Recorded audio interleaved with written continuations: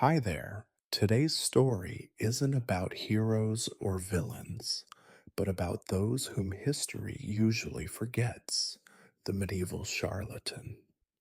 Imagine this: you're born in poverty, in a city where dirt and disease are your constant companions. Your childhood unfolds on the streets, where you learn to steal and survive. Your education consists of lessons picked up from the city's trash heaps, and your first act of trickery is a desperate attempt not to starve. But before you get comfortable, make sure to like this video, subscribe to the channel, and let me know in the comments which city you're watching from and what time it is there. I'm always curious to see who's joining us. Now sit back and get comfortable. We're starting. You arrive into this world as little more than a whale in the dark, damp hovel that your parents call home. The ceiling above you leaks, the walls are smeared with soot, and the floor is just as much mud as it is straw. There is a persistent smell, a blend of mold, rot, and something you will eventually recognize as hopelessness that saturates your every breath.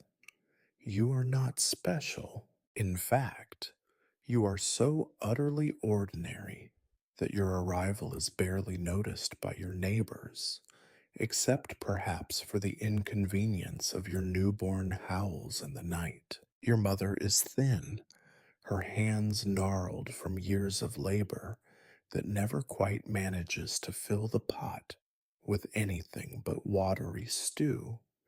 Your father is a shadow who comes and goes, usually drunk or defeated, or both. Sometimes he brings home a crust of bread.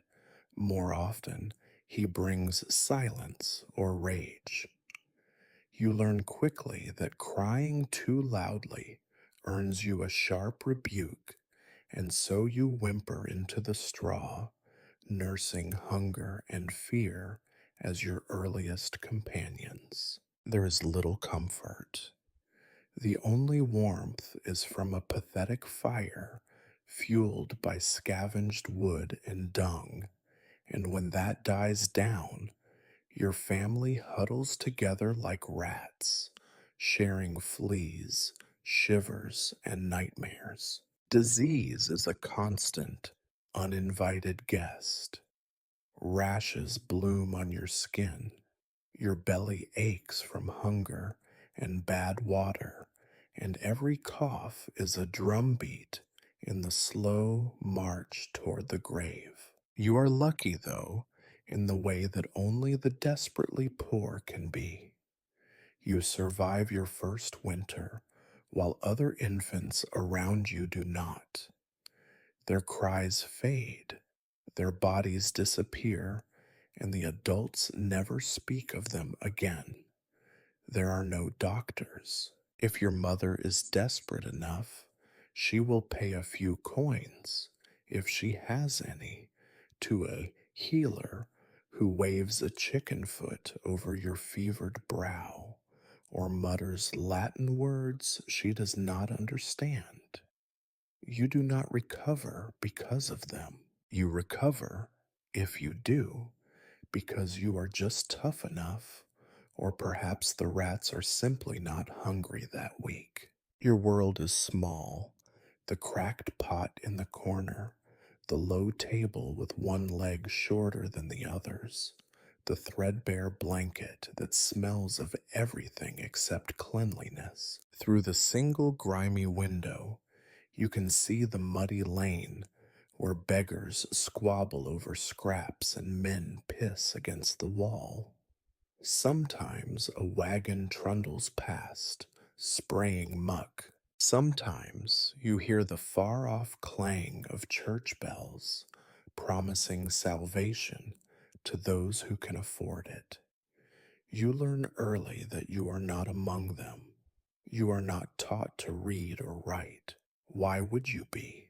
Knowledge is a luxury for the wealthy or the clergy, and you are neither.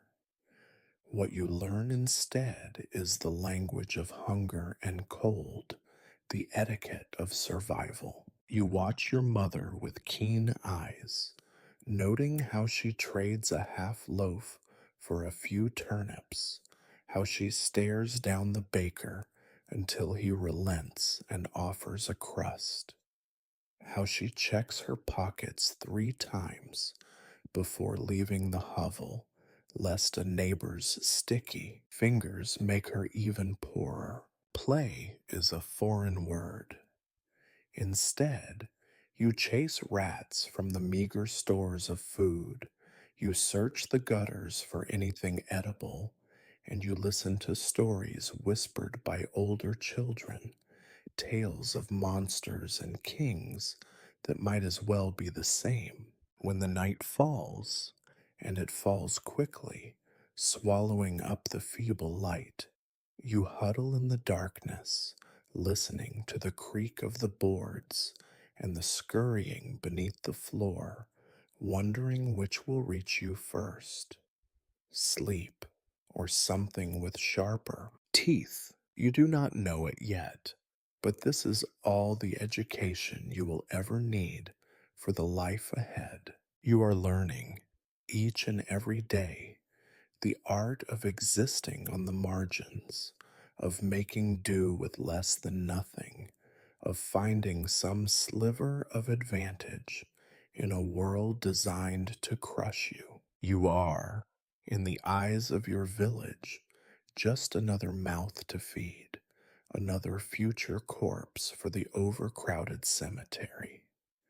But in your bones, a stubbornness grows, a flicker of something that will one day make you a survivor, a trickster, a charlatan. The church bells ring again, and you close your eyes. Tomorrow will be the same as today, and the day after that. Hunger gnaws, cold bites, but you are still here. For now, that is enough. You do not remember the moment when your world expanded beyond the suffocating walls of your home and spilled out into the street. It simply happened one day, perhaps because your mother was too tired to watch you, or because she believed you old enough to fend for yourself. You are not alone in this. The street is already alive with other children, all of them as thin, sharp, and hungry as you. There are no toys, no games in the sense that the wealthy might imagine. Play, for you, is survival disguised as mischief. You learn to snatch an apple when the market woman's head is turned, to slip your hand into a passerby's pouch with fingers quick and light as shadows. The older children, the ones who have survived longer, teach you the best hiding places, the most gullible travelers, and which dogs bite and which only bark. They also teach you that kindness is rare and usually a prelude to betrayal. You sleep where you can. Sometimes it is on a straw pile in a stable, pressed between the warmth of a goat and the rank smell of manure. Sometimes it is under an archway, the stones beneath you hard and unyielding, or in an alleyway, curled beneath a discarded cloak that smells of sweat and fear. Rain is a near constant companion. It seeps into your bones, making your skin prickle and your joints ache, even though you are still a child. On some nights, the cold is so sharp it feels as if your breath might freeze before it leaves your lips. You are always hungry. Hunger becomes a dull ache that sharpens your senses, makes you bold in ways that would horrify your mother if she still paid attention. You have learned to distinguish between the edible and the poisonous, though more than once you get it wrong, and your body punishes you for days. Once you find a half eaten pie in the gutter, and the feast leaves you doubled over in agony, but you eat again the next day anyway. There is no choice. Older boys sometimes corner you, demanding whatever coin you have managed to scrounge, or simply venting their frustrations with fists and boots. You learn quickly that tears are useless, that running is better, that sometimes staying is best of all. The local constable is no friend either. He sees you and your kind as vermin, beating or chasing you for sport. If you are caught in the act of stealing, there are no gentle lectures, only bruises, sometimes a night in a freezing cell, or if you are very unlucky, worse. Disease is everywhere. You see children with pox, with coughs that never end, with eyes already sunken in defeat. Some disappear, and no one wonders where they have gone. The city swallows its children as easily as it swallows the detritus washed down by the rain. You count yourself lucky each day you wake to see another gray dawn, though you know better than to believe luck will last forever. Yet there is a grim camaraderie among the children of the street. You share scraps of bread, a stolen turnip, a laugh at the misfortune of someone even unluckier than yourself. Sometimes you watch with awe as the older boys perform their tricks.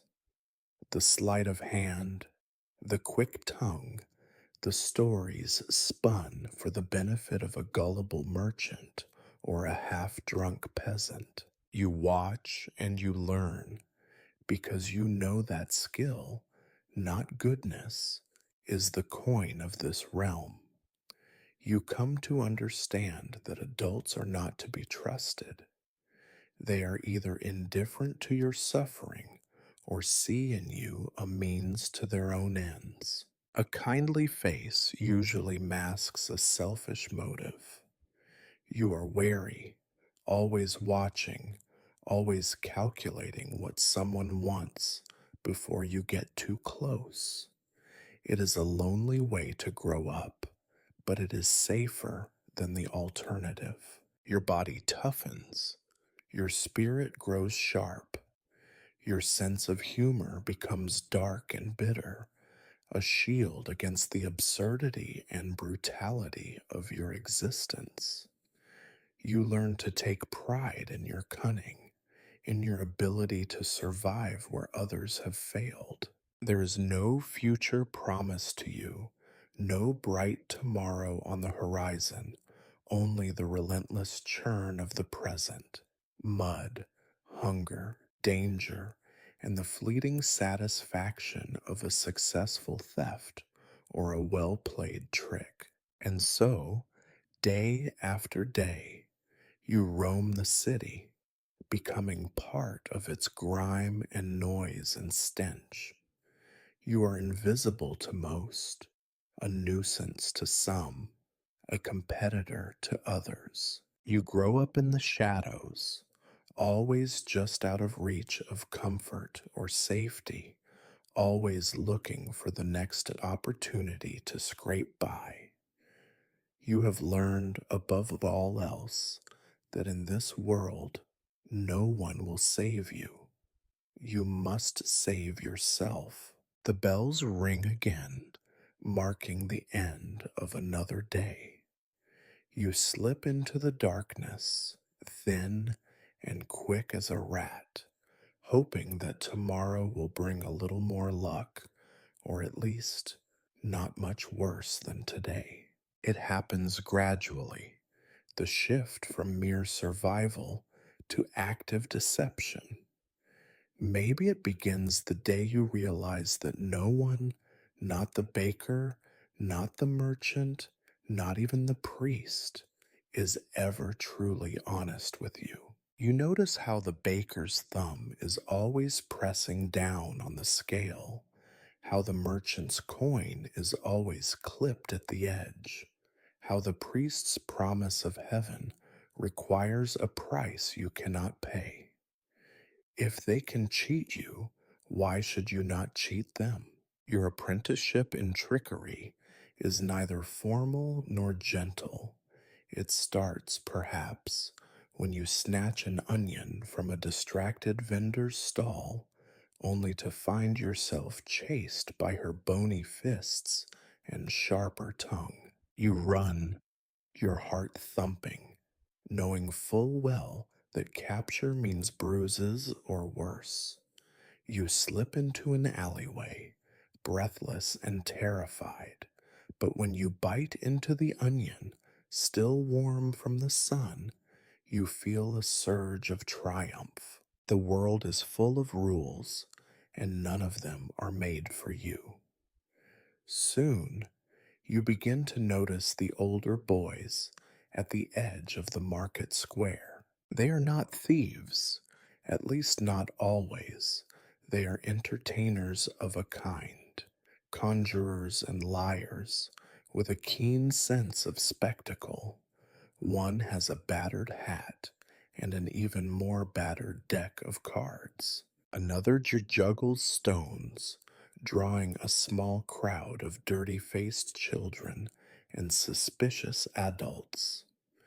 The bravest of all offers miracle cures in tiny clay pots, hawking them with tales of blind men who now see, lame dogs who now run.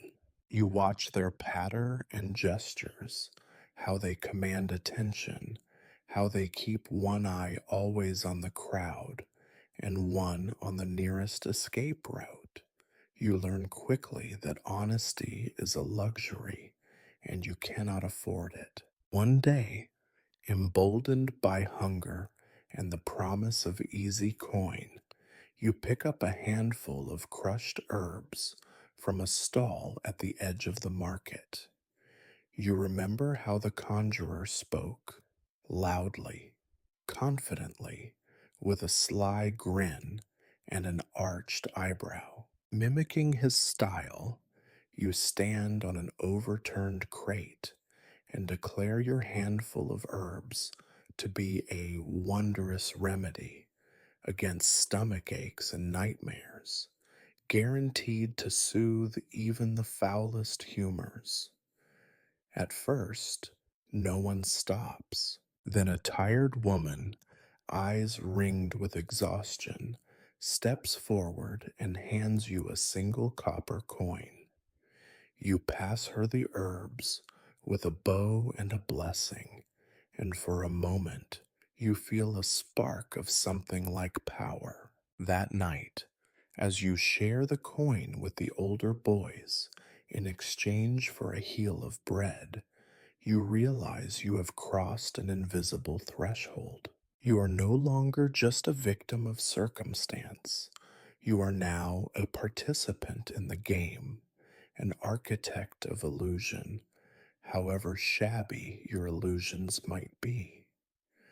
The world of the street is not kind to amateurs. You make mistakes. Once, you sell a healing draught brewed from ditch water and wildflowers to a man with a hacking cough. He drinks it, vomits spectacularly, and then chases you for 3 streets with a cudgel in his hand. Another time, you mix the wrong roots, and your customer's face swells up like a rotten apple. You learn to run faster. You learn to be careful whom you target. Never the guards, never the blacksmith with arms thick as oaks, never the town crier who knows every face in the square.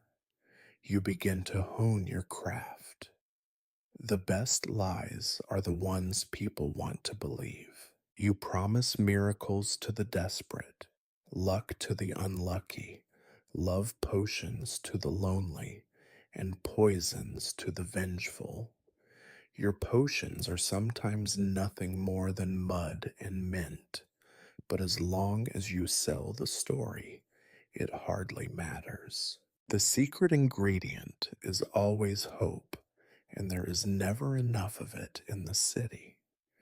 You learn to perform small tricks, palming a coin, making a pebble vanish, faking a limp to win sympathy. Sometimes you work with a partner. One distracts, the other lifts a purse or replaces a merchant's silver with tin. Trust is always temporary, and partnership is a dance of shared suspicion. If you are cheated, you must accept it with a smile and a mental note never to be outfoxed again. As you grow bolder, you encounter new dangers. Jealous rivals lurk in every shadow, ready to ruin your pitch or inform the authorities if you encroach on their territory. The guards become more familiar with your face, and you must change your disguises often. Dirty your cheeks with ash, wrap your head in a rag, feign a cough or a limp. You learn to fade into the crowd, to blend with the beggars and the vendors, to become invisible when necessary. Your hands become deft, your eyes sharp, your tongue even sharper. You tell yourself you are not hurting anyone, not really. After all, everyone cheats. You are only better at it than most. But sometimes, late at night, when the city is quiet and the only sound is the distant howl of a dog or the drip of water from the eaves, you remember the faces of those you have tricked: the old woman, the coughing man, the hopeful girl clutching your elixir. You tell yourself it is the way of the world. If you did not do it, someone else would. But the next morning brings another market day, another chance to play your part.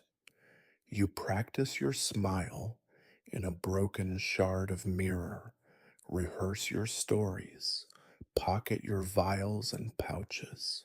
The world does not owe you honesty, and so you repay it in kind. The charlatan's path is narrow and treacherous, but you have chosen it. Or perhaps it has chosen you. The bells ring, calling the faithful to prayer, the merchants to their stalls, and the children of the street to their endless games. You slip into the crowd, a trickster among tricksters, already plotting your next move. In a world of lies, only the clever survive, and you intend to survive. No one ever sits you down and teaches you the alphabet. No one hands you a book or even a scrap of paper and says, "This is how the world works." For you, learning is a daily scavenger hunt, a battle in the filth. Your schoolhouse is the alleyway, the marketplace, the stinking inn yard, and above all, the great communal midden, the dumpster, though you have never heard that word and would laugh at its pretension. You root through garbage for anything of value: rotting turnips, a shoe with only one hole, a cracked cup. These are your lessons, and each find is a triumph. Sometimes there are bones to suck on, gristle left behind by someone slightly less hungry than you, or a page torn from some merchant's ledger, thick with grease and stains. You cannot read the words, but you see the columns and rows, the numbers scratched in a trembling hand, and you understand instinctively that everything in this world is counted, measured, weighed, and always found wanting. The street teaches you to watch faces. You become an expert in expressions. The narrowing of the eyes when someone suspects you of theft. The tightening of the lips when a lie is about to be exposed. The twitch of a muscle in the cheek that means a slap is coming. You read people the way the rich read books, parsing every glance and gesture for hidden meaning. You know who is soft hearted and who is cruel. You know which vendor will chase you for a stolen apple and which will pretend not to notice. This is literacy of a different kind, the literacy of survival. You become a student of sounds too.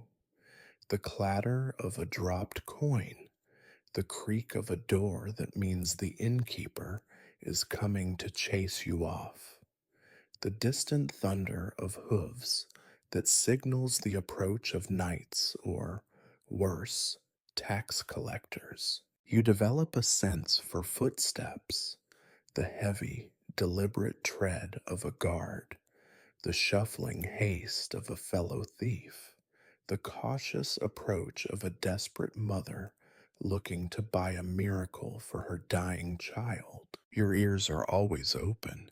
Even when your eyes are closed, you learn the rhythms of the city, the way it breathes and eats and excretes. Morning is for the bakers and butchers, their stalls gleaming with rare freshness. Noon is for the clamor of commerce, when the crowds are thickest and the pockets fullest. Evening is for drunks and beggars and those who prowl with knives. Night is for rats and ghosts, creatures like you, unfit for the daylight. Sometimes you eavesdrop on conversations, picking up fragments of other people's lives. You hear about distant wars, about harvests ruined by hail, about princes born and bishops dead. None of it touches you, not really, but you file away every scrap of gossip, every rumor, every superstition. One day, you will sell this information or use it as a weapon. Even a word can be bartered for a meal if you know how to trade it. Your lessons include pain, the sting of a lash, the bruising ache of a thrown stone, the dull, persistent burn of hunger. These are your textbooks. You learn to hold back tears, to mask pain with a sneer or a joke, because weakness is currency that spends quickly and always at a loss. Laughter is your armor, bitter and sharp, honed against the grindstone of daily humiliation. Now and then you encounter true scholars, scribes or priests who wander the marketplace, their robes trailing filth. You watch them from a distance, envious and scornful in equal measure. You hear them recite their prayers or read aloud from sacred texts, words swirling like smoke. The letters are nothing but arcane symbols to you, a code that might as well be magic. Once you see a scribe drop a page of parchment, and you snatch it up, marveling at the inked loops and lines. You keep it hidden for weeks, a talisman of a world forever closed to you. Yet you are not ignorant, far from it. You learn the market value of everything: bread, labor, stolen jewelry, lies. You learn the best places to sleep when it rains, the names of every guard who might look the other way for a copper coin, the safest route to escape when a deal goes sour. You know how to fake a wound for sympathy, how to flatter a merchant into giving you a crust, how to disappear into a crowd with practiced ease. There is no curriculum but necessity. If you do not learn, you do not eat. If you are careless, you are beaten or worse. You know that the city is a living beast, and you are just one of many parasites clinging to its filthy hide. But you are a clever parasite, nimble and quick, and that counts for something. Years pass, and your education continues. Every day brings new lessons in deception, in danger, in the art of squeezing a drop of comfort from the vast, indifferent ocean of misery. You master the unspoken rules of the underworld, rules older and more ruthless than anything written in the books you will never read. At night, when the city grows quiet, you sometimes dream of what it might be like to know letters, to hold knowledge in your hand, like the priests and the scribes. But morning comes, and the dream fades, and you return to your true school, the streets and the gutter, the market and the midden, where every lesson is hard earned and none are ever forgotten. Your true education does not reach its first pinnacle until the day you step into the market square with nothing but a battered pouch and a wild, reckless idea. You have watched, studied, and failed often enough to know real survival is not just about theft, not just about hiding and running. It is about making the world see what you want them to see. And today, for once, you think you are ready to try. The market is alive with its usual chaos: merchants haggling, animals braying, beggars whining, women yelling for their children, and the ever present smell of mud, sweat, and cheap ale. You scan the crowd for the right mark. Not the butcher. He has eyes like a hawk and a cleaver to match. Not the cloth merchant either. She has seen too many hungry faces like yours. Instead, you settle on a plump, red cheeked farmer, the kind who comes to town once a week and believes the world to be as honest as the soil he tills. You draw yourself up, force a smile, and approach with a handful of dried, brownish leaves wrapped in a scrap of linen. Your hands shake, but you hide them behind a showman's gesture, flourish, reveal, convince. Good sir, you declare, with all the borrowed bravado you can muster, may fortune bless your crops.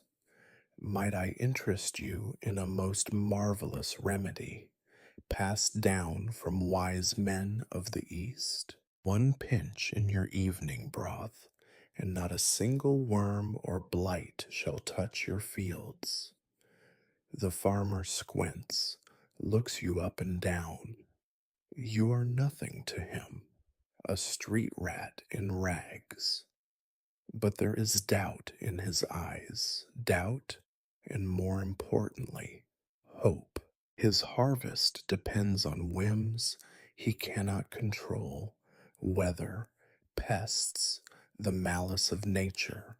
Why not trust a miracle just this once? You rattle off the story you have practiced for weeks, embellishing with every word. How the recipe was gifted to your dying grandfather by a wandering monk. How a neighboring village tripled its harvest after just one use. how the king himself would pay handsomely for such a secret if only he knew. The crowd listens. A few people stop to watch. You see the farmer's resolve waver. See him glance nervously at the other vendors, and then, finally, see his hand slip into his coin purse. He offers a single coin. You bow and press the linen wrapped remedy into his calloused palm with a conspiratorial wink. Use wisely, good sir, you whisper. But beware, never more than a pinch, or you risk drawing the envy of jealous spirits. You do not run, not this time. You walk away as if you have just concluded honest business, and it is only once you are 3 streets distant that you let yourself grin. A real, dangerous grin, tinged with giddiness and relief. It is your first true victory. No one chased you. No one shouted, "Thief!" The coin is yours, heavy and warm in your pocket, the first fruit of your tongue's labor, rather than your fingers. You do not spend it right away. For a moment, you become almost superstitious, afraid that spending the coin will break the spell. You sleep with it clenched in your fist that night, imagining all the things it could buy: a bowl of soup, a piece of cheese, maybe even a pair of shoes without holes. The next day, you return to the same square, emboldened. The farmer is not there, and you are grateful. Perhaps your scam will be discovered. Perhaps the leaves will do nothing, or perhaps they will make his soup taste worse than usual. But that is tomorrow's problem. Today, you are someone who can bend the world, however slightly, to your will. This new confidence brings with it a new hunger, not for food, but for more triumphs. You refine your pitch. You gather dandelions and weeds, grind them with a stone, and mix them into little packets. You invent new stories, each more colorful than the last. Sometimes you pose as a messenger of foreign healers, sometimes as a runaway apprentice alchemist. Each persona is just another layer of your shield. You notice the change in yourself. Where once you shrank from attention, now you court it, at least for the moments you need it. You savor the moment when a skeptical eyebrow lifts, when a purse is untied, when a hand reaches out in cautious hope. You also learn to vanish just as quickly as you appeared, always watching for the first sign that your story has begun to unravel. But the world is not slow to catch on. Some days you are chased from the market by angry buyers who feel cheated. Once, a rival charlatan corners you in a side alley, snarling about stolen territory. You escape with a bruised rib and the lesson that even lies have their costs. Still, you persist. Each new coin is a victory over the hand you have been dealt. Each small deception is a reminder that in this world, hope is a commodity, and you have learned how to sell it. That night, lying on your back beneath a leaky awning, you listen to the rain and the distant laughter of better fed children. You turn your coin between your fingers, over and over, the last embers of pride glowing in your chest.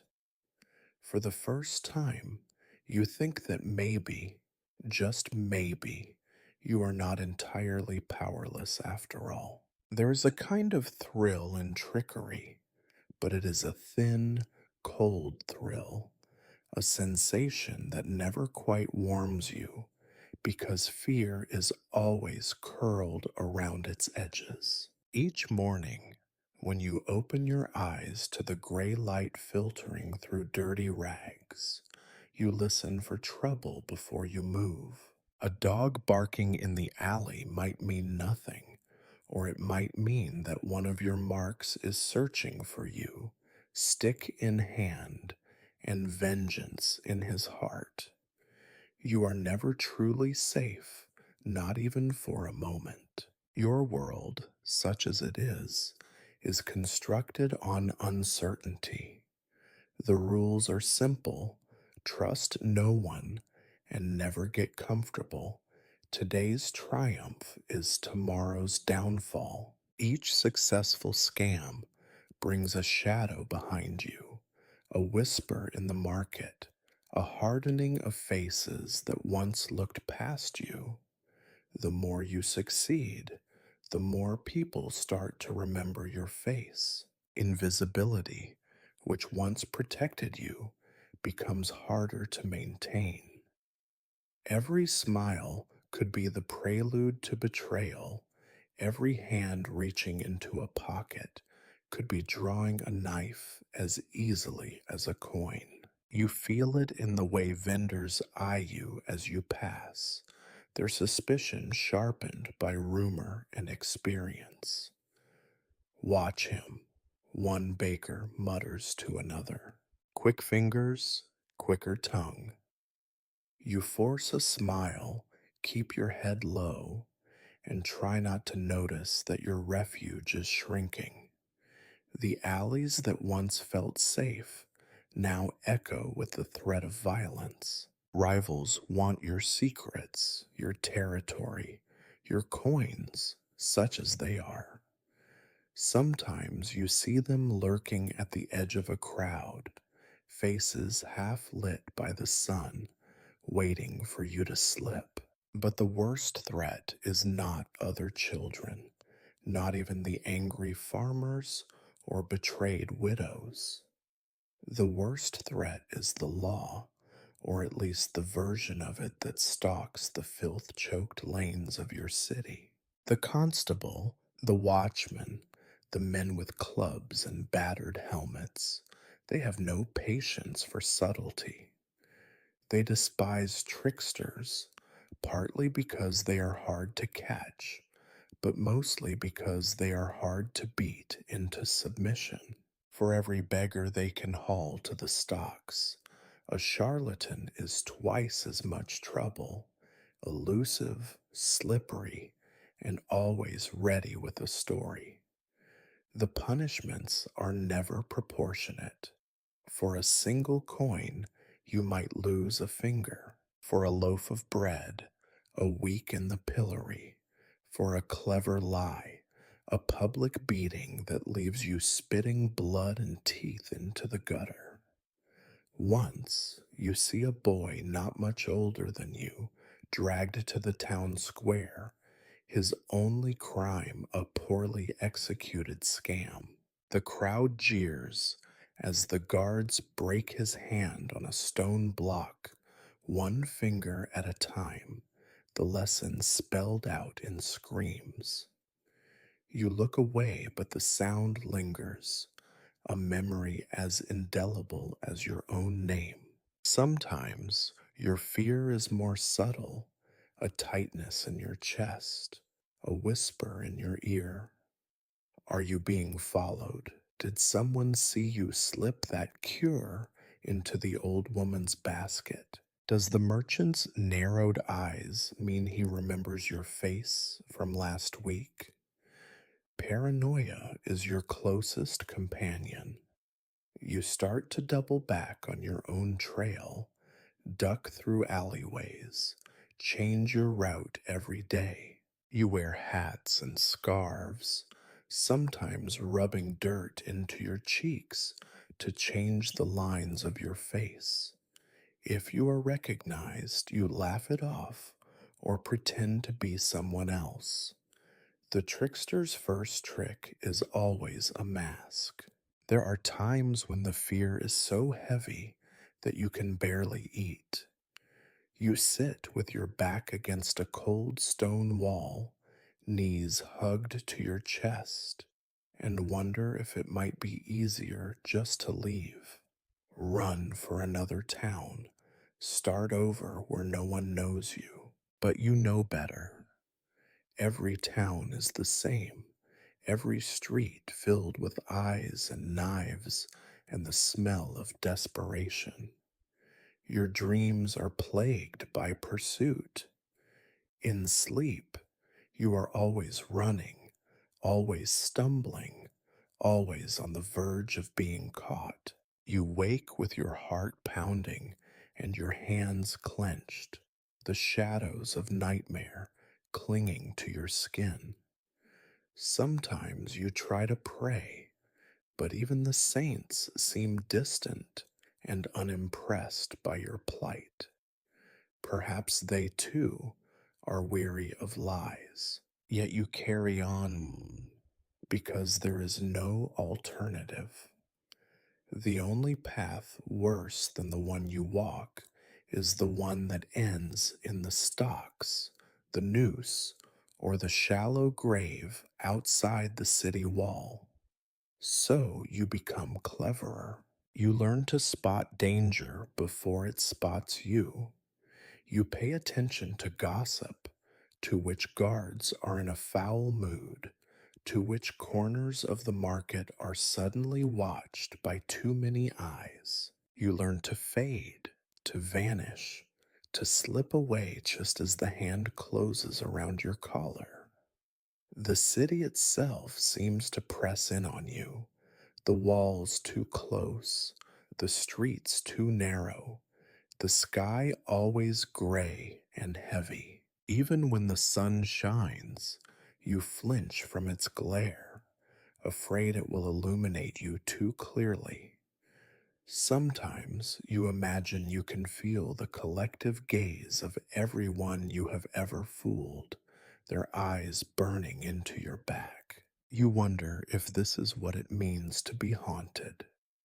But still, you wake each day and face the city with a grin that is half defense, half defiance. Fear, you realize, is not something you can conquer. It is something you must carry, like hunger and cold, a weight that bends your back but does not break it. You learn to live with it, to let it sharpen your senses, to use it as a tool instead of letting it become your master. You are a charlatan, after all. If the world has made you fearful, it has also made you cunning. For now, that is enough. You live in a world where illness is as ordinary as mud and twice as persistent. Sickness clings to you, seeps into your bones, crawls under your skin, and takes up residence in your lungs. If you wake up shivering, coughing, sweating, or aching, you do not bother to wonder why. You simply wrap yourself tighter in your ragged blanket, if you are lucky enough to have one, and hope to survive the night. Your body is a battlefield. The aches come and go, sometimes sharp, sometimes dull, sometimes so heavy that you feel as if you are being pressed into the earth. Your teeth throb, your belly twists itself into knots. Rashes bloom across your skin, red and angry, flaring for days, and then fading to a dull itch. Your eyes burn, your nose runs, your throat feels raw. Some days, every joint in your body seems to protest with every step. The city itself is a vast, festering wound. Open gutters run through the alleys, carrying waste, blood, and secrets from one corner to another. Rats scamper everywhere, bold and well fed, gnawing at scraps and sometimes at the living. The air is always heavy. Smoke, rot, dung, and the sharp metallic tang of blood mingle in your nostrils. Flies are your constant companions, feasting on filth and then, inevitably, on you. You hear stories of miraculous cures and holy relics that can drive away any sickness, but you have seen enough to know the truth. The closest thing to medicine that most people can afford is a handful of old herbs, boiled in dirty water and blessed by a man whose knowledge comes from rumor, not learning. For a few coins, he will wave a chicken's foot over your head, chant some words in a language he barely understands, and promise you relief. If you are lucky, the placebo is strong enough to let you believe for an hour or two that you feel better. Real medicine, the kind you might find in the hands of a physician or an apothecary, is a fantasy for people who have coins, land, or favor. You have none of these. Once you watch as a merchant's child is visited by a doctor. The man wears a long robe, a beaked mask stuffed with herbs, and speaks with authority as he mixes potions from glass vials. He does not spare a glance for the crowd of children watching hungrily from the street. When the merchant's son lives, the doctor is hailed as a miracle worker. When he dies, the doctor still gets paid. For you, medicine is what you can scavenge or make yourself. You chew willow bark when the pain is bad, boil nettles when the fever comes. Sometimes you sell these same remedies to others, dressing them up with stories and ceremony, confident that your version is no less effective than any other. If you are clever, you can even convince yourself that you believe in their power. After all, hope is sometimes all that separates survival from surrender. Epidemics sweep through the city with terrifying regularity. One week it is the bloody flux, next it is the pox, then the dreaded plague. You watch as bodies pile up outside the church, shrouded in dirty sheets or left to rot where they fell. Entire families vanish overnight, their homes marked with crude symbols to warn others away. You keep your distance, but you know it is only a matter of time. Sickness moves like fog, invisible and unstoppable, settling into every crack and crevice. You do not expect anyone to care for you when you are ill.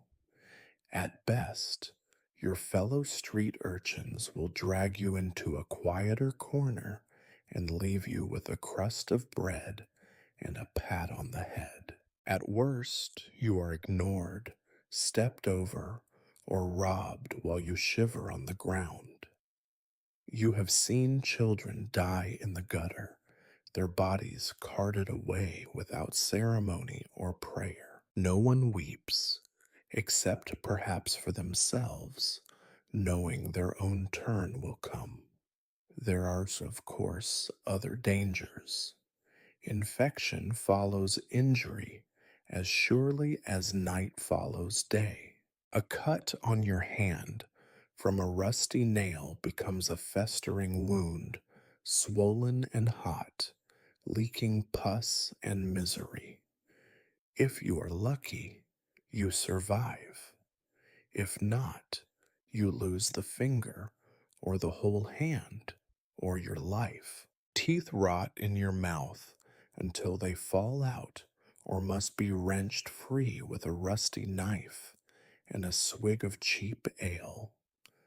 Coughs linger, fevers burn, and the city simply goes on, indifferent to your suffering. You develop a certain fatalism. Death is always present, lurking just beyond the edge of each day.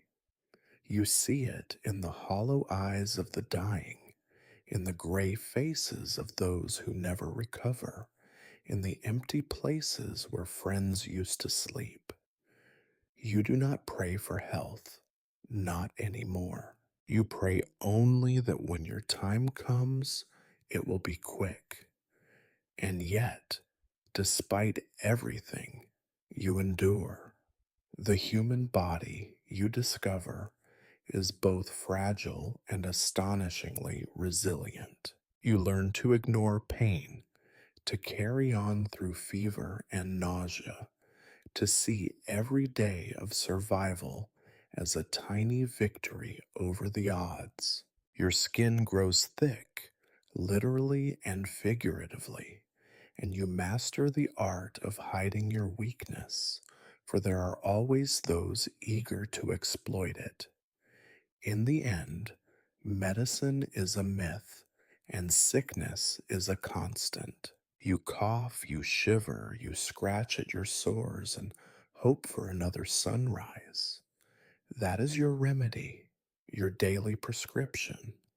Keep moving, keep breathing, and let the city swallow up your suffering without a trace. The day begins not with sunlight, but with the sound of shouting, clattering, and the unmistakable squelch of something wet and unpleasant under your bare foot. You blink awake to the odor of humanity and decay, an aroma so rich and layered that you barely notice it anymore. Your nose has grown numb, your senses dulled by exposure and necessity. It is not that you do not smell the filth, it is that you cannot afford to care. You crawl out of your corner, brushing off crumbs, lice, and the faint hope of sleep. Your bed is a bundle of rags, if you are lucky, or simply the corner of a shed, if you are not. There is no privacy, no comfort, and certainly no cleanliness. The concept of clean is a fantasy for the wealthy, lords and ladies who bathe in perfumed water while the rest of the world stews in its own juices. Water itself is a rarity, and clean water a myth. The well in the center of town is a battleground every morning, a crush of bodies, all jostling for a share. What flows from it is usually cloudy, sometimes foul, and occasionally home to squirming things you would rather not consider. You drink it anyway, because you must. The river, once you thought it beautiful, is now just another open sewer, choked with rubbish, dead animals, and worse. Washing is not so much an act of hygiene as it is a negotiation with misery. To wash your body is to expose it to cold, to the eyes of strangers, and sometimes to disease itself. You scrape mud from your skin with a flat rock, splash your face in a bucket if you find one, and call it good enough. The layers of grime become a shield, a visible reminder that you are not to be bothered, not to be touched, and, if possible, not to be noticed at all. Your clothes are another matter. Whatever you wear is patched and repatched, held together by hope, spit, and stolen thread. Some rags are so worn that they have become more whole than fabric, but you keep them because the alternative is nothing at all.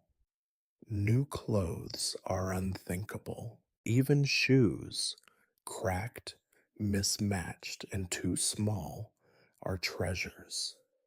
If you are fortunate enough to have two, you guard them with the kind of vigilance others reserve for gold. Breakfast, if it can be called that, is whatever you can find: a hunk of stale bread, a dried turnip, a handful of wilted greens from the market refuse.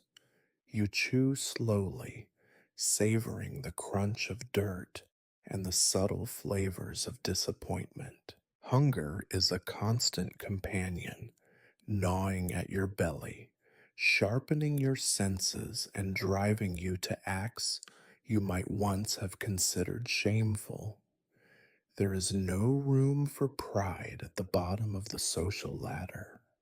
You eat to survive, not for pleasure.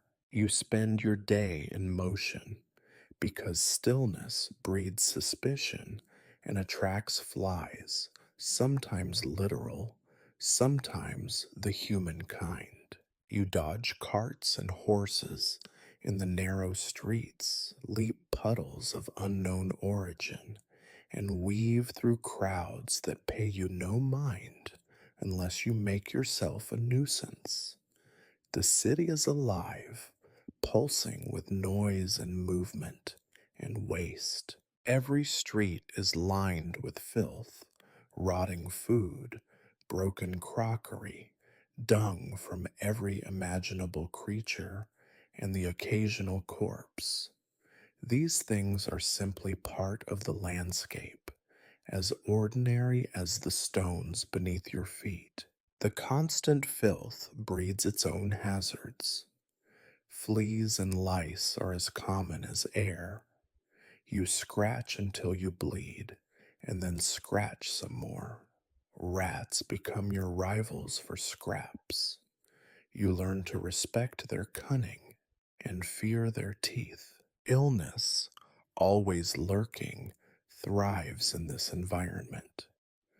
Open wounds become infected, feet rot in wet boots, and sores fester until they burst. You hear stories of diseases so foul they make the victim unrecognizable, but you stop listening after a while. What can you do about it anyway? Sometimes you watch the city's so called cleaners at work. Men and women with brooms and carts, shoveling filth from one place to another, always losing ground. Their faces are blank, their hands cracked and red, their clothing indistinguishable from the dirt they battle. You envy them sometimes. At least they have a job, however pointless, and a few coppers to spend on bread or ale. Night brings little relief. If anything, the darkness makes the filth seem more alive, crawling with things you cannot see, but certainly feel. You wrap yourself tightly in your rags, trying to ignore the cold and the wet, hoping that nothing with claws or hunger finds you before morning. Sometimes, just sometimes, you catch a whiff of something pleasant: a roast turning on a spit, a sprig of lavender fallen from a noble's carriage. For a moment, you remember what the world could be if only you had been born elsewhere, to other parents, in another life. But then the wind changes, and the familiar stench of the city returns, anchoring you firmly in the present. Cleanliness is a luxury, and you are not a person of luxury. You are part of the muck, indistinguishable from it, and that is how you survive. In the endless cycle of dirt and decay, you find your place, invisible, untouchable, and always, always hungry. Hunger is the axis upon which your days turn. It wakes you in the morning with a hollow ache and follows you like a shadow until the last ragged hours of the night. The idea of eating to satisfaction, to fullness, is an alien concept, a fairy tale reserved for fat monks and merchants, those strange creatures who seem to float above the filth that drowns everyone else. For you, hunger is not a temporary discomfort, but a permanent state of being, a relentless gnawing that shapes every decision you make. Breakfast, if it happens at all, is a matter of desperate improvisation. Sometimes it is a handful of wilted greens scavenged from the rubbish heap behind the market.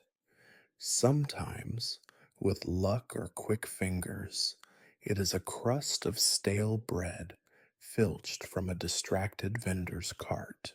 More often, it is nothing, just the echoing rumble in your belly, promising worse to come.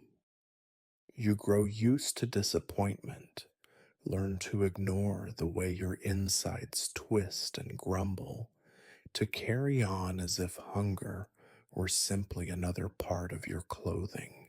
You quickly learn the art of foraging, what weeds will not poison you, which scraps can be salvaged, which bins to check before the rats arrive.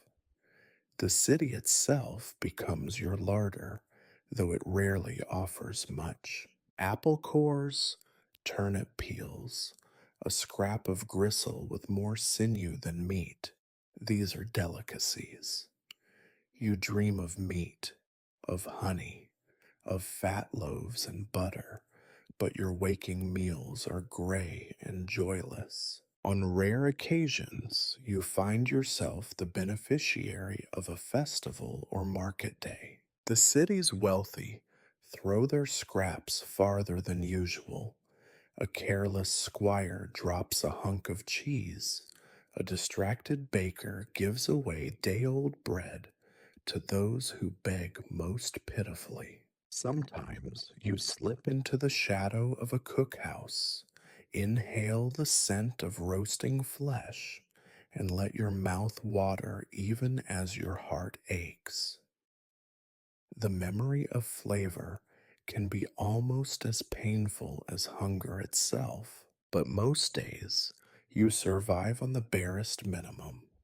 You trade lies for a few coins, trade coins for a bowl of thin, lumpy gruel. You drink water that smells of mud and metal, chew on bones picked clean by others, and convince yourself that the bitterness of weeds is just another kind of spice. You become expert at stretching nothing into something, a broth from boiled roots, a soup made with more water than substance, a stew that is more hope than food. Your teeth, battered and yellowed, protest at every meal. Hard crusts crack and crumble, sometimes drawing blood. You wince and carry on because a little pain is better than starvation.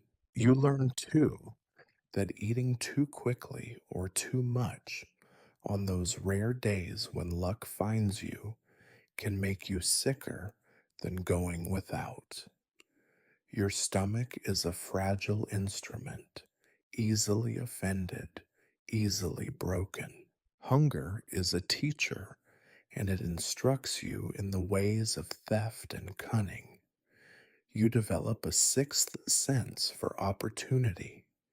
The distracted merchant, the overburdened basket, the child who looks away from his pie for just a moment too long. You are not proud, but pride is as rare as meat in your world. Each successful snatch is a triumph, each meal a victory against an enemy that never truly retreats. There are days, especially in winter, when hunger becomes a delirium, making the world swim and shimmer at the edges. You dream of feasts that turn to ash in your mouth, wake with your hands reaching for bread that is never there. You watch the well fed pass by, marvel at their soft faces and round bellies, and wonder how it feels to live without the constant threat of emptiness. Sometimes bitterness wells up. Why them and not you? But there is no answer, only the silent arithmetic of survival. You see hunger everywhere, written in the hollow faces of children, in the swollen bellies of the sick, in the desperate darting glances of your peers. The city is an endless cycle of want. Fields fail, prices rise, thieves multiply, and everyone scrambles for a smaller and smaller share. Even those with regular work are never far from disaster. A single bad harvest, a lost job, a sick child, and they are among you, searching the gutters for something to fill the void. On rare days, you remember what it was like to eat as a child before memory turned sour. You recall the taste of warm bread, the sweetness of apples, the greasy joy of roasted meat. These memories hurt more than hunger. They are reminders of a world that no longer exists, perhaps never did. Yet you endure. You sharpen your senses, refine your scams, and hustle for every morsel. Some nights, you go to sleep with a full stomach, the rarest luxury of all. But you never forget. Hunger will return, as faithful as the dawn. It is your companion, your rival, your most honest enemy. In the great grinding machinery of the city, you are only ever one missed meal away from desperation. And so you wake every morning to the same question: what will you eat? And will it be enough? The answer, almost always, is less than you hoped, but just enough to keep going. Authority in your world is not the distant, benevolent force described by priests and scribes. It is a presence that looms in every shadow, a pair of eyes at the end of every alley, a calloused fist ready to descend without warning. You do not see the law as a shield for the innocent, nor as a beacon of justice. For you, it is a wolf in armor, always hungry, always searching for someone to devour. Most often, that someone is you. Your first brush with authority comes early and leaves an impression, both literal and metaphorical. A constable, his belly heavy with ale, his face red and glistening, catches you lifting a crust of bread from a vendor's cart. The vendor shrieks, the crowd jeers, and the constable's grip is iron on your scrawny arm. He drags you to the edge of the market, shouts a speech about law and order that no one really hears, and then cracks you across the face with the back of his hand. You taste blood and humiliation. He lets you go with a final kick, muttering that next time he will not be so lenient. You believe him. This is the first of many such encounters. The faces of authority change. The constable, the bailiff, the city watch, sometimes even the noble's men with their brightly colored surcoats and blank, impassive stares, but the message is always the same. You do not belong. You are a nuisance, a parasite, a problem to be solved. Sometimes the solution is a boot. Sometimes it is a night in the stocks, your head and hands pinched between rough wooden boards, while townsfolk amuse themselves at your expense. Rotten vegetables, sharp stones, and cruel words fly through the air. If you are lucky, only a few land. You learn quickly to fear the uniform, the mere glint of a badge, the scrape of armor, or the jangle of keys is enough to set your heart racing. You avoid patrol routes, slip through side streets, memorize the schedules of the laziest guards. Still, luck is fickle, and sooner or later you are caught again. This time for selling fake remedies to a merchant's wife who takes ill after drinking your elixir of health. The merchant is furious, the law is swift, and you are dragged before the local magistrate, a man with eyes like cold stone and a mouth that knows only disappointment. He lectures you about honesty and the good of the city. He speaks of morality and order, his voice echoing in the drafty hall as if anyone believes a word of it. You are sentenced to a public shaming, paraded through the streets with a sign hung around your neck, declaring you a liar, a thief, a cheat. People throw more words than objects this time, but both sting. You keep your eyes on the ground, your pride dissolving in the mud at your feet. Worse than the punishments are the bribes, the unspoken expectation that you will pay to be left alone. Some guards develop a fondness for you, or at least for your meager coins.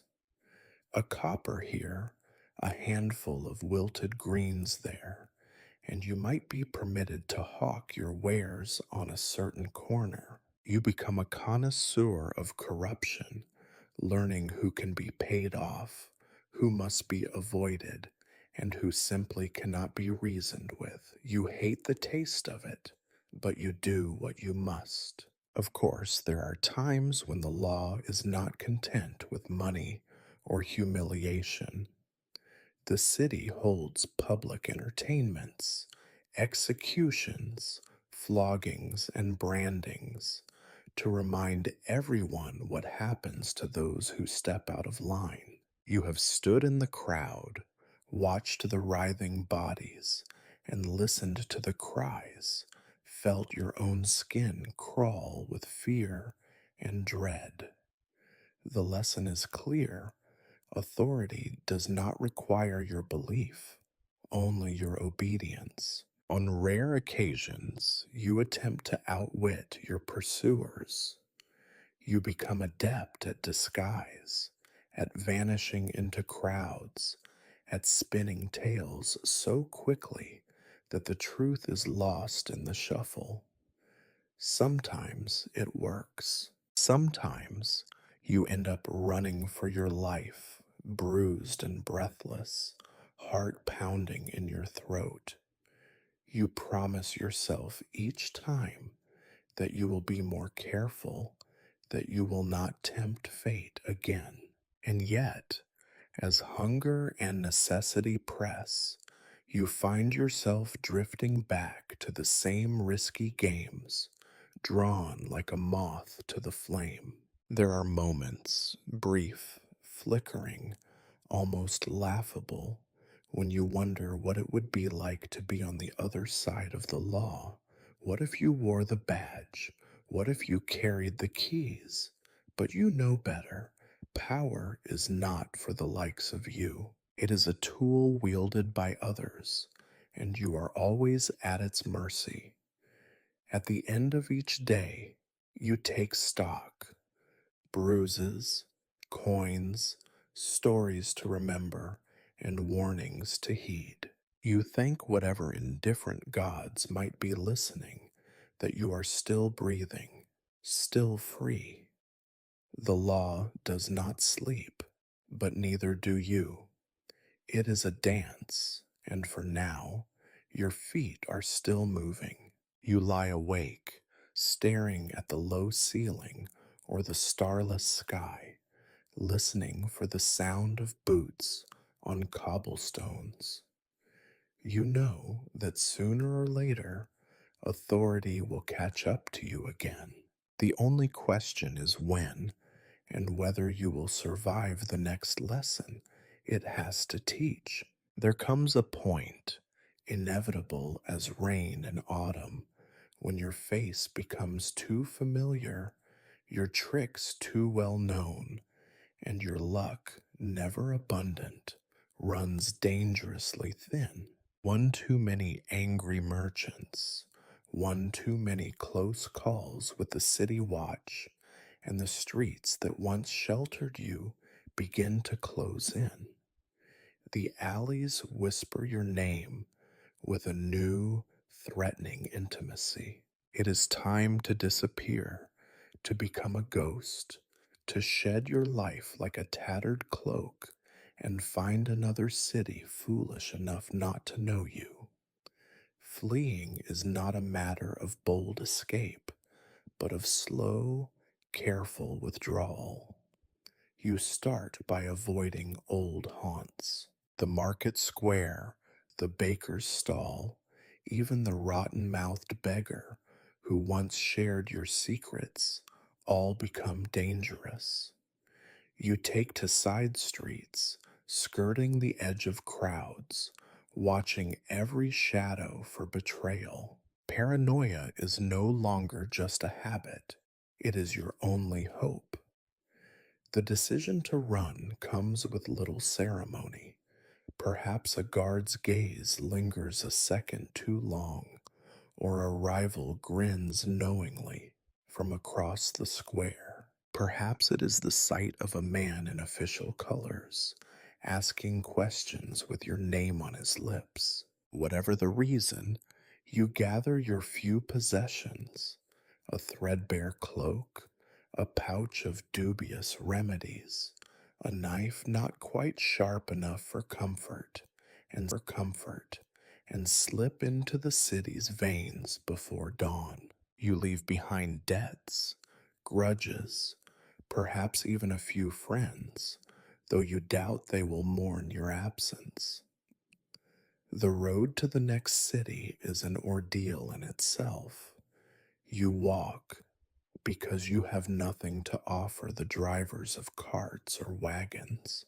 The countryside is a different kind of bleak, filled with hungry wolves, some on two legs, some on four, and the endless, indifferent watch of the elements. Rain soaks you to the bone, wind chills your skin, and the mud clings to your boots until they nearly fall apart.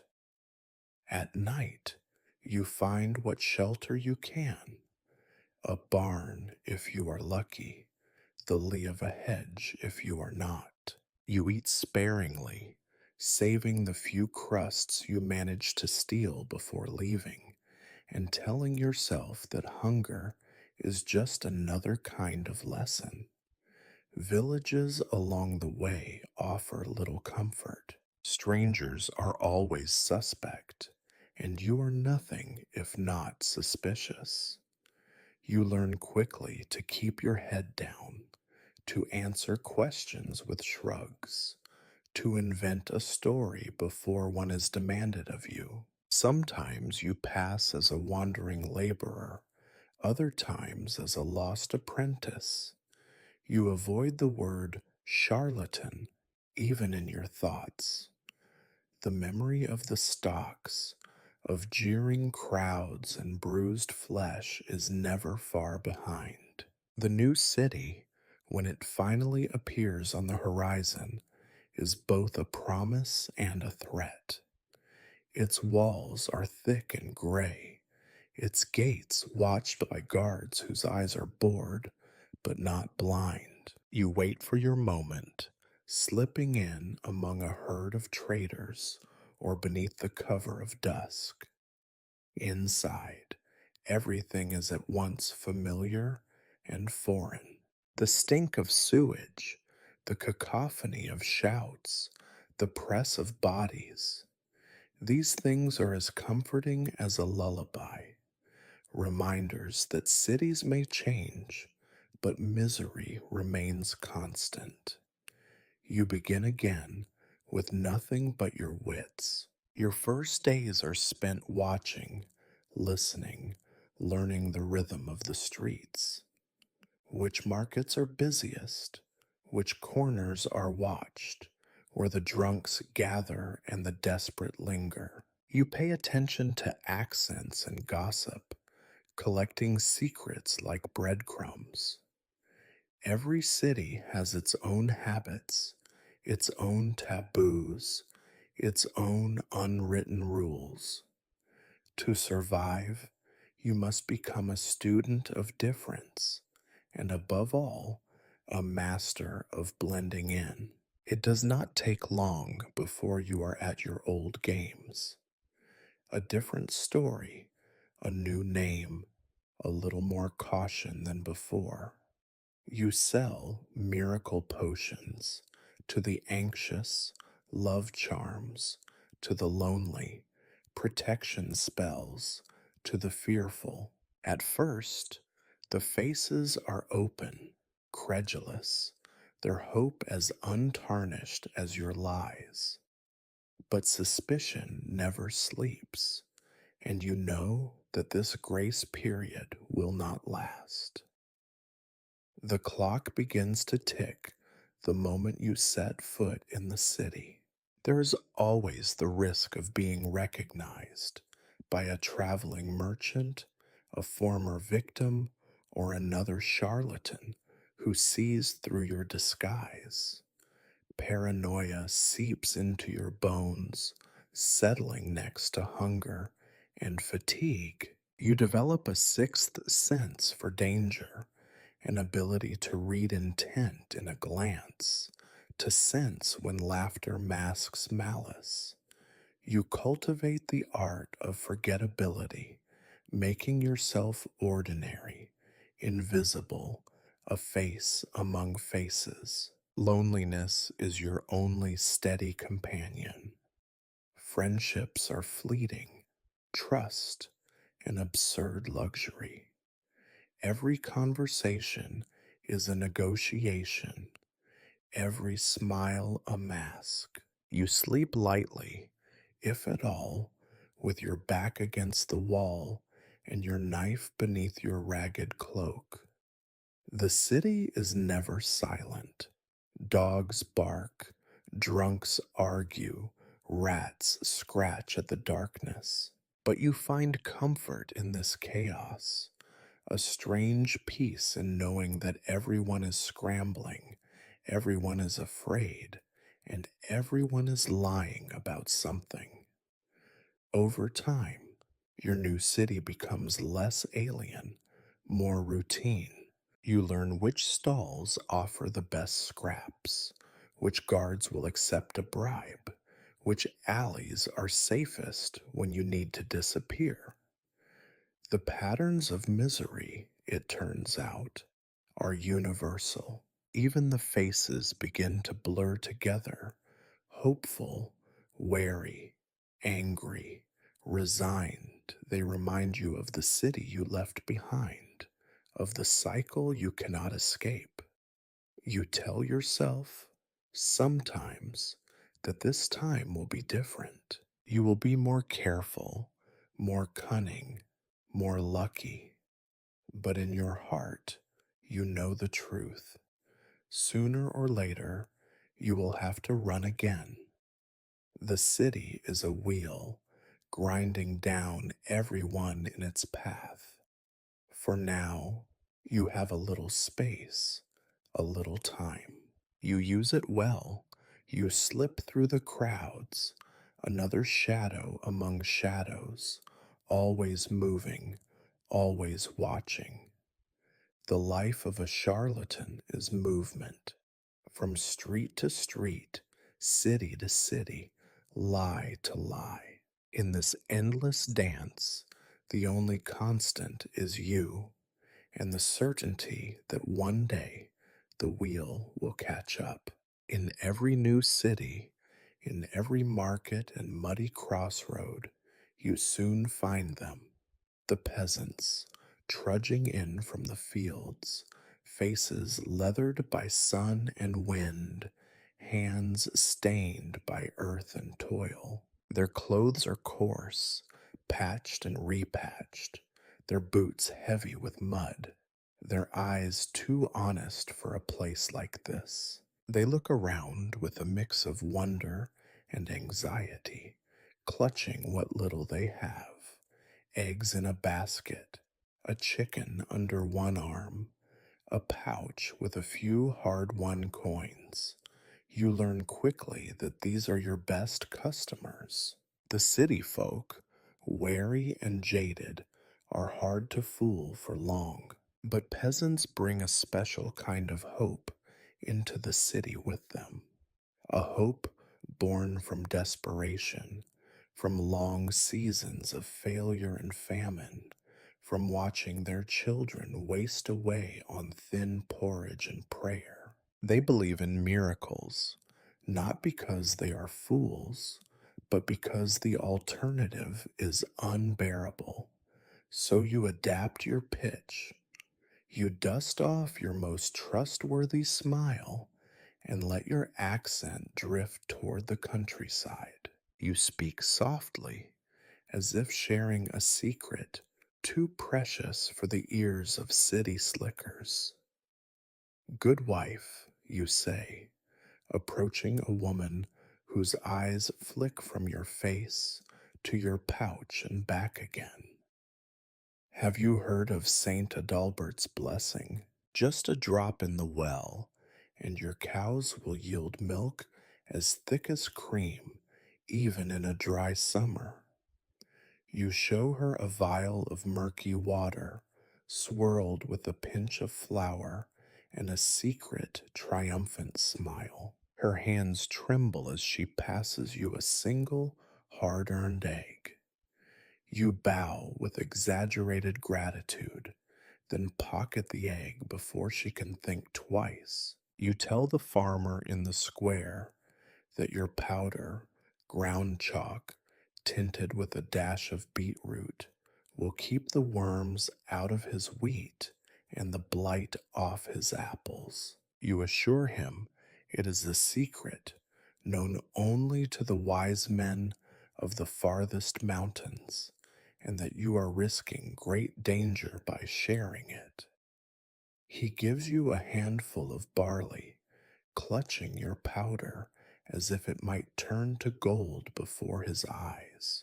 You watch as they nod, lips moving in silent hope, weighing your words against their own misfortunes. Each mark is different, but the stories you tell them are always the same at heart. The world can be changed, pain can be avoided, suffering can be tamed for a price. The price is always low enough to tempt, high enough to matter. When peasants return to their villages, you know they will try your cures and charms and find them wanting. Perhaps they will grumble, curse your name, vow never to trust a stranger again. Yet most will not return for revenge. They cannot spare the time or the coin, and the distance between shame and hope is too great to cross twice. Instead, they will wait for another miracle peddler, another story, another chance. It is not just medicine you sell them. Sometimes you peddle luck, a ribbon for a child to wear, a stone to bury at the edge of a field, a twisted twig that must be burned at sunrise. You invent rituals on the spot, watching the worry in their faces soften into anticipation. The poorest cling hardest to superstition, and you become a priest of false hopes. Your altar the city's gutters. You tell yourself it is not your fault. After all, is hope not a kindness? Is it not better, in this world of mud and failure, to believe in something, even a lie, than to believe in nothing at all? But the truth is less comfortable. You need to eat, and they need to believe. This, too, is a trade, as old as the plow and as harsh as the harvest. There are risks, of course. Sometimes a mark is not as gullible as he appears. You remember the old man with a limp and a crooked grin who pressed you for details, asking the kinds of questions that city folk have learned not to ask. You tried to charm him with a story of miraculous healing, but his eyes never left your hands. The next day, you found yourself checking through the market by his sons, their pitchforks raised and their curses flying. You escaped, breathless and shaken, with a new respect for country suspicion. But most times, you are not so unlucky. The peasants are grateful, even tearful. They offer you what they have, sometimes a clutch of eggs, sometimes a rough woven cloth, sometimes just a prayer. You take it all, pocketing the meager treasures with a polite nod and a silent calculation. Every coin is precious, every crust of bread a shield against starvation. You become adept at reading hope, measuring the precise moment when doubt flickers and faith takes its place. You listen to their stories, not out of kindness, but out of necessity. They tell you about their sick children, their barren cows, their fields blighted by mildew and ill fortune. You memorize the rhythms of their speech, the cadence of their complaints, the things they most want to hear. Next time, you will tailor your lies to fit their wounds. You understand, better than most, the power of desperation. When a peasant's child lies feverish on a pile of straw, a mother will grasp at any promise, however thin. When a harvest fails, a father will pay a charlatan rather than admit defeat to his neighbors. You are the vessel for their hopes, their confessor, their false prophet. And, in quieter moments, you wonder if perhaps the real magic is not in the powders and potions you sell, but in the momentary relief that passes over a face lined with sorrow. For a few days, perhaps, they believe. For a few days, they hope. You move on before disappointment can catch up to you. The city's gates are always open to the next wave of desperate souls, and you are always ready to greet them. Another day, another story, another trade. In a world where hope is scarce and hunger plentiful, you have learned to make a living from both. Night comes slowly, slithering through the alleys and over the rooftops, wrapping the city in shadows thick as tar. You settle into your corner, if you are lucky, a spot beneath a cracked awning or inside a half collapsed shed, and pull your rags close, trying to keep out the damp. But the darkness brings with it little comfort. It is not rest you find in sleep, but a parade of ghosts, a gallery of faces and voices that refuse to leave you be. At first, you thought nightmares were something that happened only to the young and the innocent. You believed, in the arrogance of the desperate, that those who did harm could simply grow calloused, immune to conscience, safe from regret.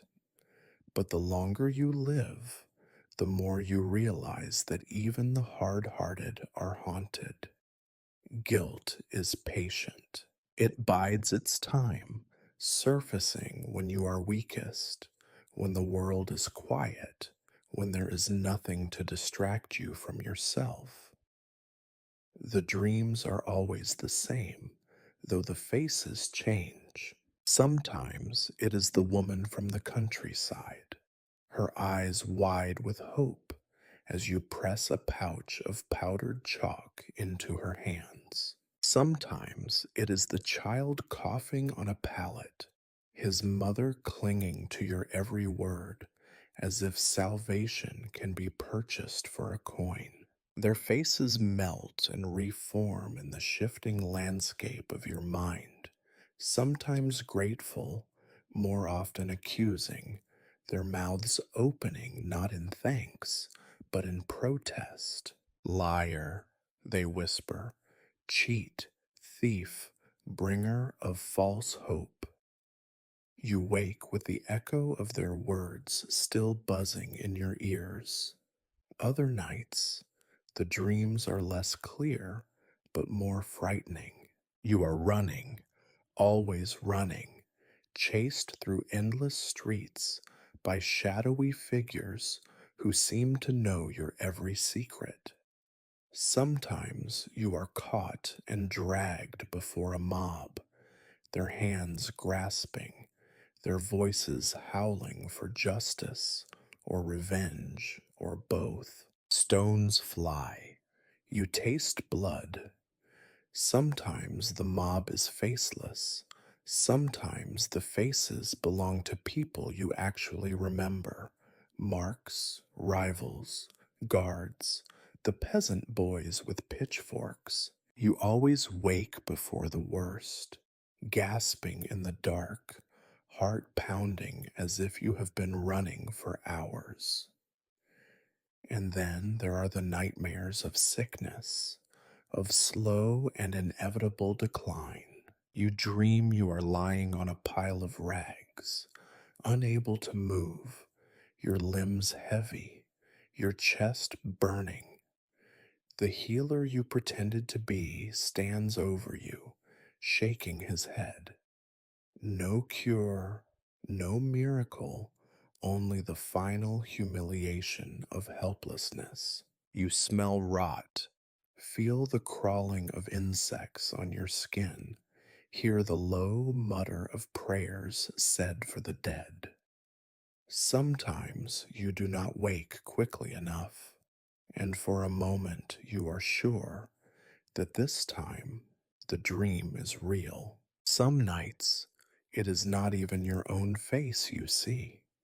It is your mother's, hollow and defeated, your father's, half lit by the glow of a distant tavern, eyes too tired for anger. You see the old beggar you once robbed, his voice rising above the din of the market as he curses you with words you do not understand. You see the rival charlatan you tricked, his hands closing around your throat, his eyes promising a reckoning you will not escape. But it is not only guilt that visits you in the small hours. Fear comes too, as steady and insistent as hunger. You dream of the city guards, of magistrates with mouths full of law and eyes empty of mercy. You dream of being hunted, cornered, displayed in the square as a warning to others. You dream of the wheel, the stocks, the noose. You wake sweating, every muscle tense, half expecting to see armored men in the shadows, waiting to drag you into daylight and judgment. You try to shrug off these nightmares in the morning, to laugh at your own fear, to reassure yourself that you are still alive, still clever enough to survive another day. You remind yourself that everyone lies, everyone cheats, that the world is a place of cruelty, and that you are only doing what you must.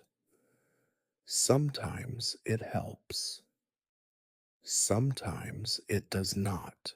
There are nights when you cannot sleep at all, when you sit awake listening to the city's nocturnal symphony, rats scurrying, dogs barking, lovers whispering, someone crying just out of sight. You stare at the moon, bright and indifferent, and wonder if anyone else is awake, haunted by the same ghosts.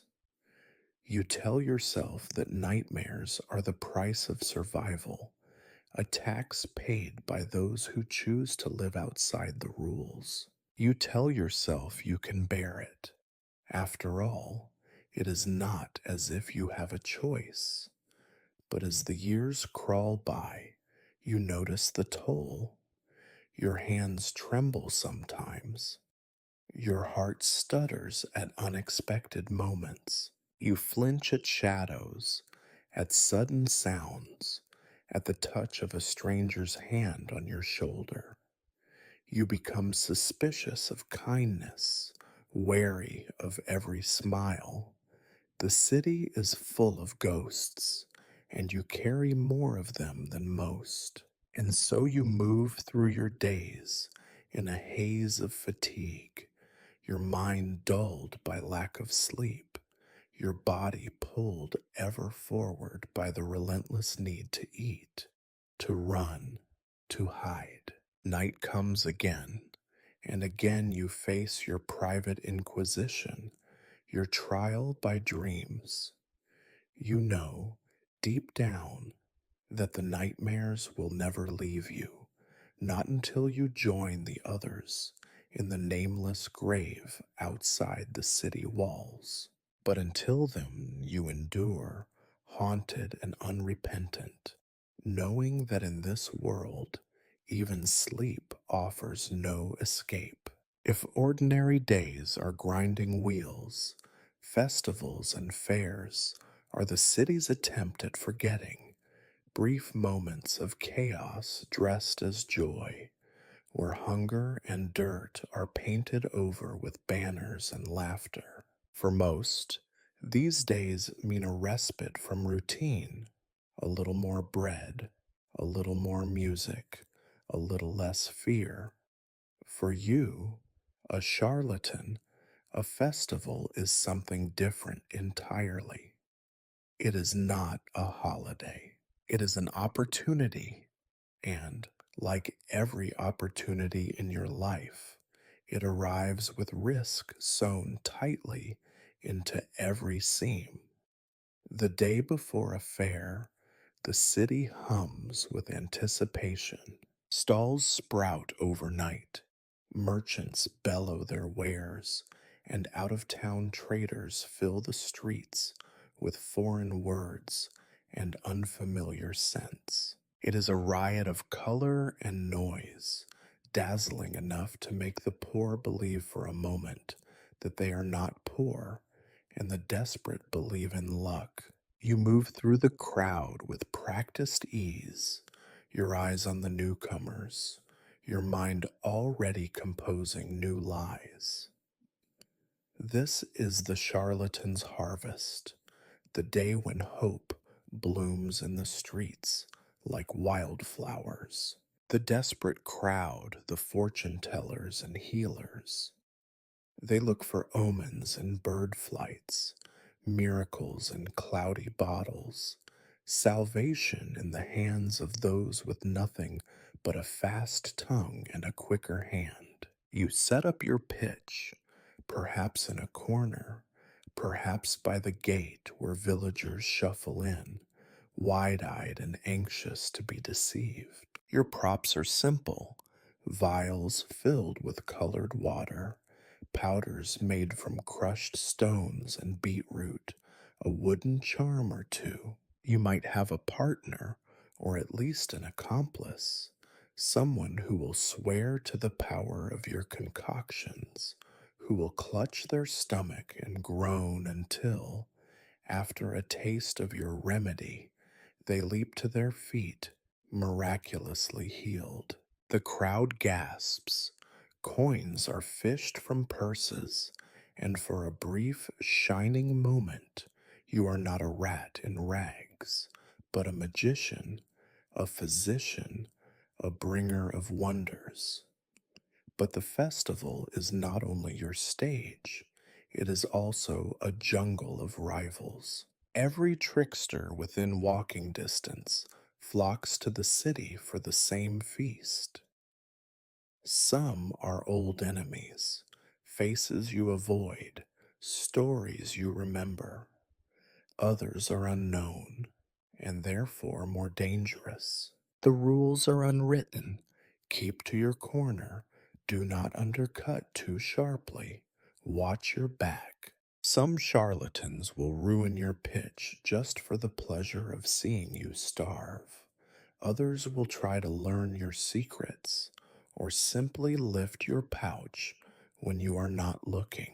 The city watch, usually lazy and corrupt, become more vigilant during festivals. Theft spikes, brawls erupt, tempers fray. You must be even more careful than usual. One wrong move, one too obvious swindle, and you risk a beating or worse. Sometimes you bribe a guard with a special potion, just colored ale, or offer a share of your day's take for a blind eye. Sometimes you run, ducking through the legs of dancers, vanishing as quickly as you appeared. The crowd is a living creature, joyous, ravenous, easily turned from delight to rage. A successful pitch can become a mob in an instant if someone cries fraud, or if an angry mark decides to seek justice with a stone instead of a complaint. You learn to end your performances at just the right moment, disappearing into the chaos before suspicion has time to blossom. It is an art to charm, to rob, to vanish. At night, the city glows with torchlight. Jugglers and musicians fill the air with music and clamor.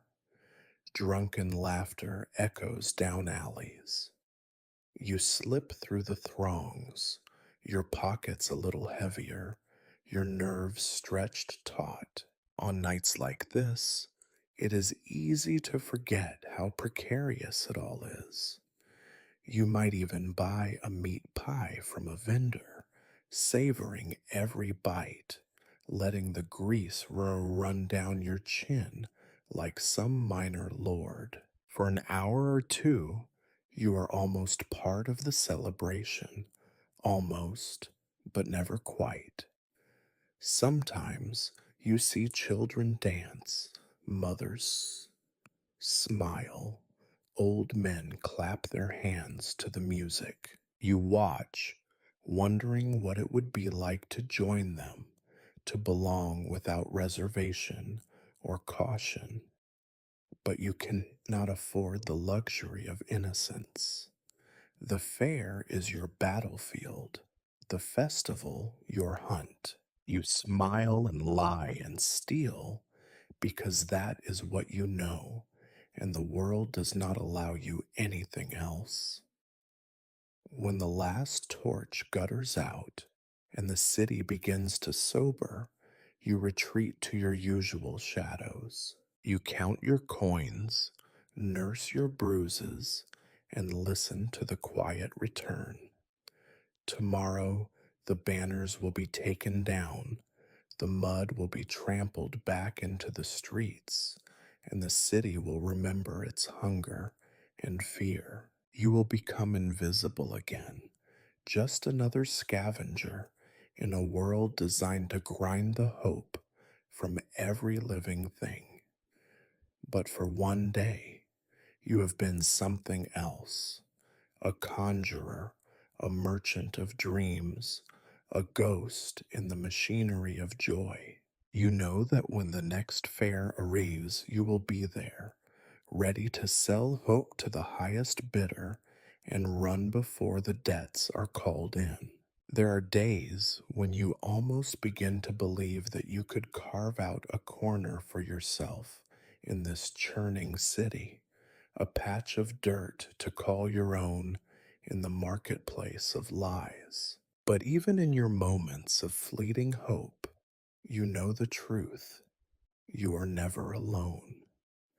The world of the charlatan is a crowded, treacherous place, and every trick you have learned has been stolen, borrowed, or observed from someone else. There are always other wolves on the prowl, their eyes sharp and their knives sharper.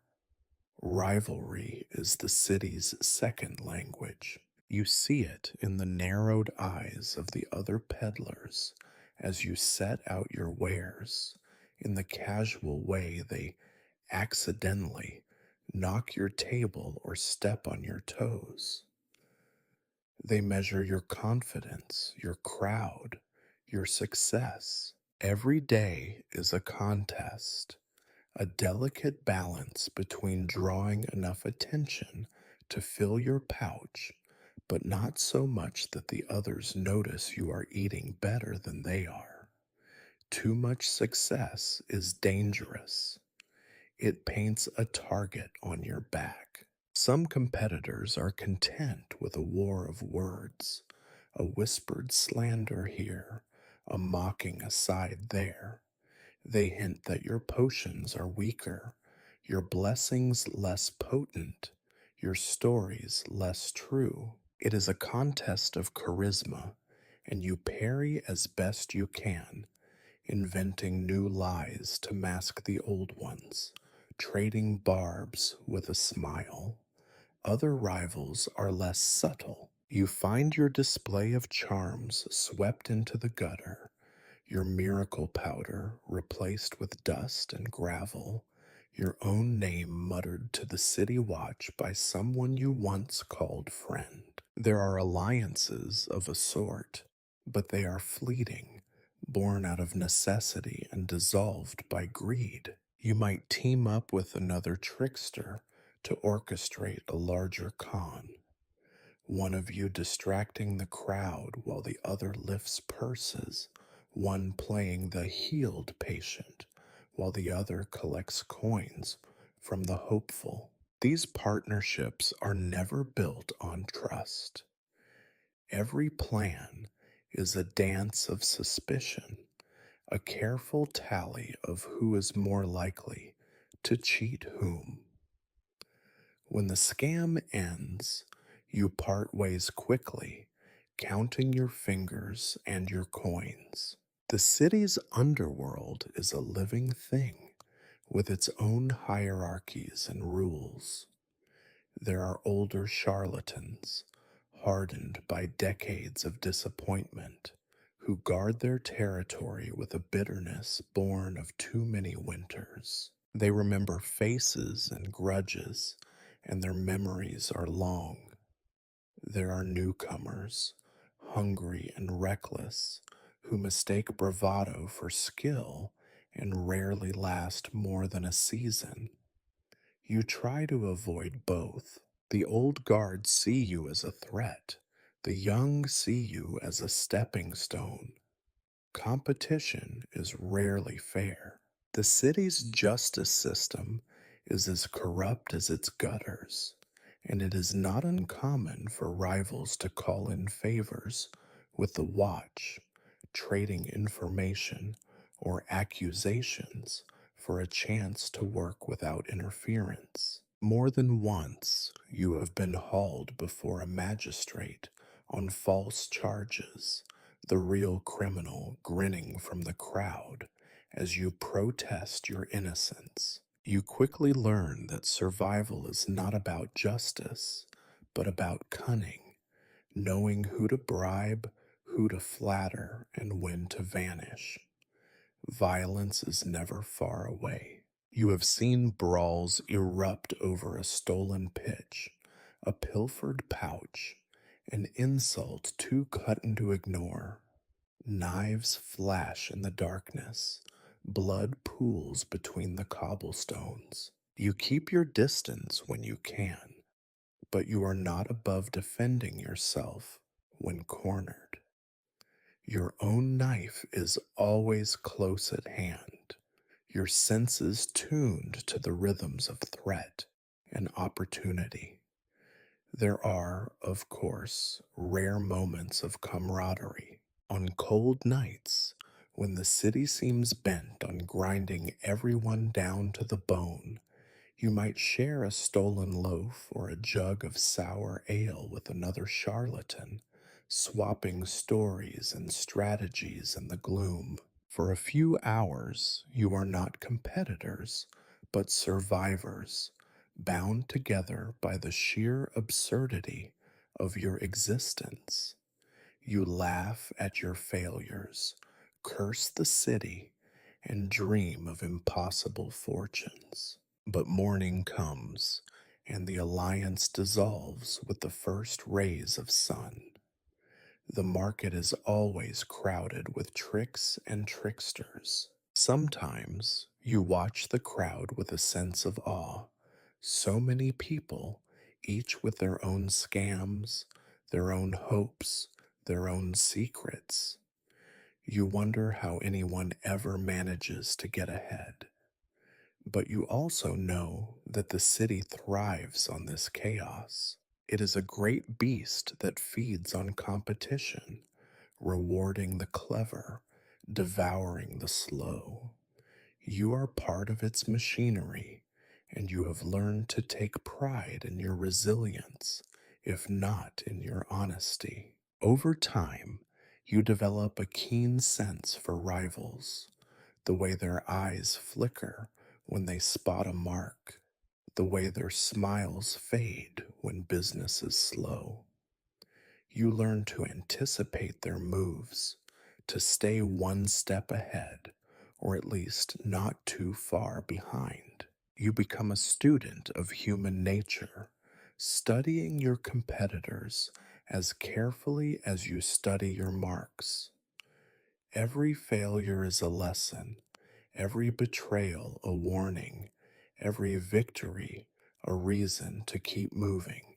In the end, there are no friends among charlatans, only temporary allies, future enemies, and the ever present knowledge that the city is big enough for all your dreams to be crushed, but never big enough for more than one true winner. Each day is a gamble, a performance, a dance with disaster.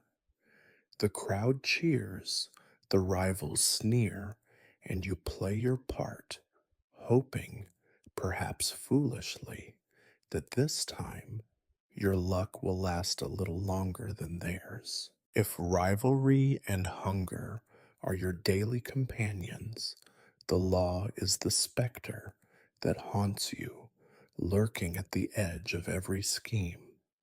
Its hand is heavy and slow, but relentless, sweeping the filth of the city into the gutters where you live. You have learned to spot the signs, a sudden hush in the market, the measured tramp of boots, the glint of metal at the edge of your vision. The law comes not for justice, but for order, and anyone outside that order, anyone like you, is fair game. At first, your encounters with authority are mostly petty.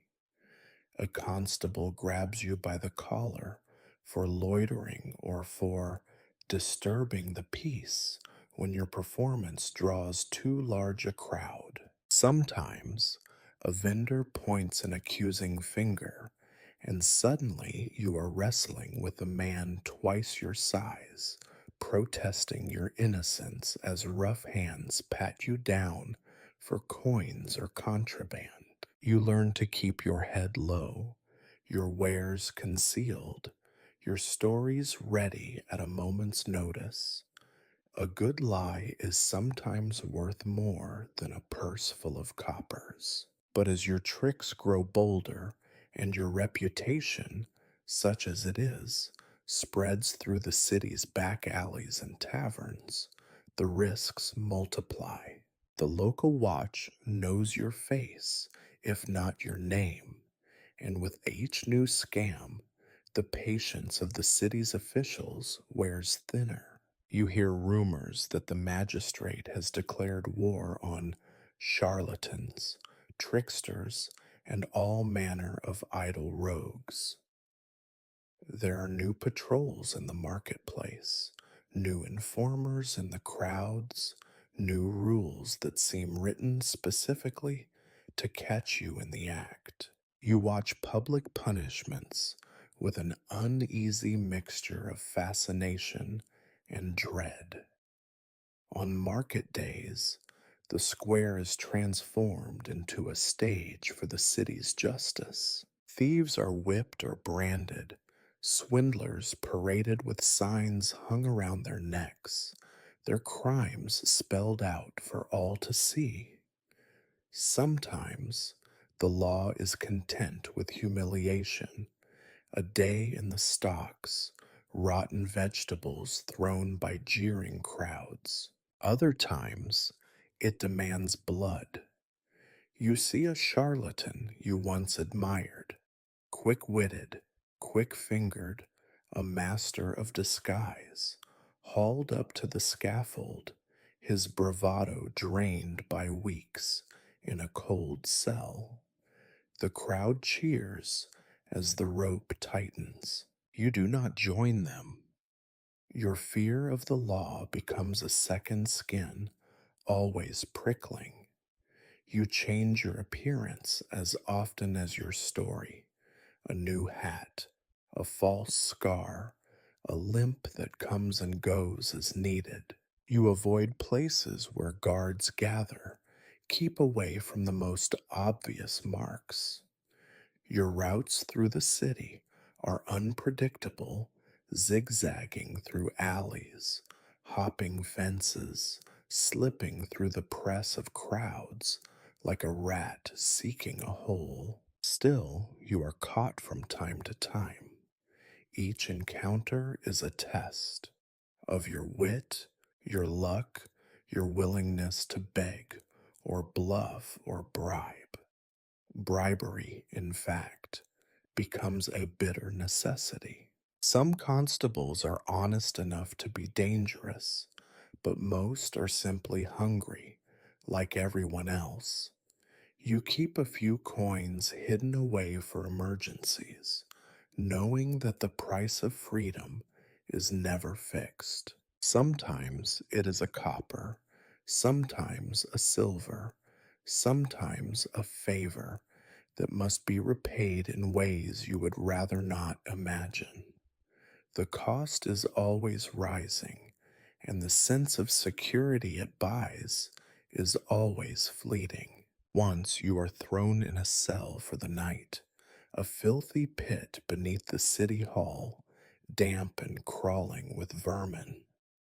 You huddle on the straw, trying to ignore the stench and the groans of the other prisoners. Some are drunks or debtors, others simply unlucky. The guards laugh at your expense, mock your miracle cures, and threaten to bring you before the magistrate in the morning.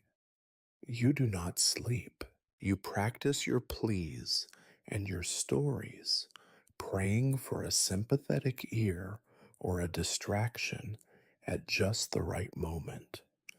Sometimes the law's hand is more subtle, a rumor spread, a watchful gaze, a warning whispered in the right ear. You find yourself driven out of the best corners, chased away from lucrative crowds, forced to start over again and again. The city seems to shrink around you, its safe spaces dwindling, its dangers multiplying. You wonder if perhaps you would have been better off in another trade, thieving, perhaps, or honest labor, though you know there is little honesty to be found anywhere.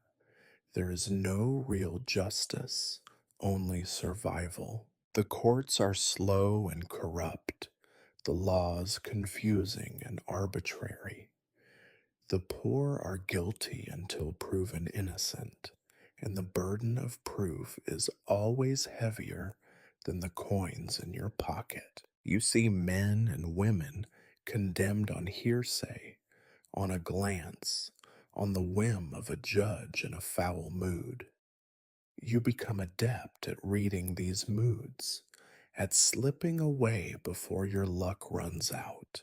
In your darkest moments, you wonder what will finally bring you down: a botched scam, a careless word, a rival's betrayal, or simply being in the wrong place at the wrong time. You live with the knowledge that your life is worth less than a loaf of bread, that the city would not miss you for a day. You dream of escape, of disappearing into the countryside or across the sea, but you know in your heart that you are bound to this place, as much a part of its misery as the stones in its streets. And so you persist, dancing on the edge of disaster, dodging the law's clumsy reach. You tell yourself that as long as you are free, you are winning. But deep down, you know the truth. The law never forgets, never forgives, and never truly sleeps. It is waiting, patient and merciless, for the day when your tricks finally run out. You always thought old age was a luxury for other people, those who could afford comfort, or at least enough bread to keep the body from collapsing before its time. But life, spiteful as ever, has carried you farther than most of your companions. Where others vanished, devoured by hunger, violence, or the whims of fate, you have endured. The price of survival, you discover, is not wisdom or peace, but a slow, grinding decay that makes every victory feel hollow.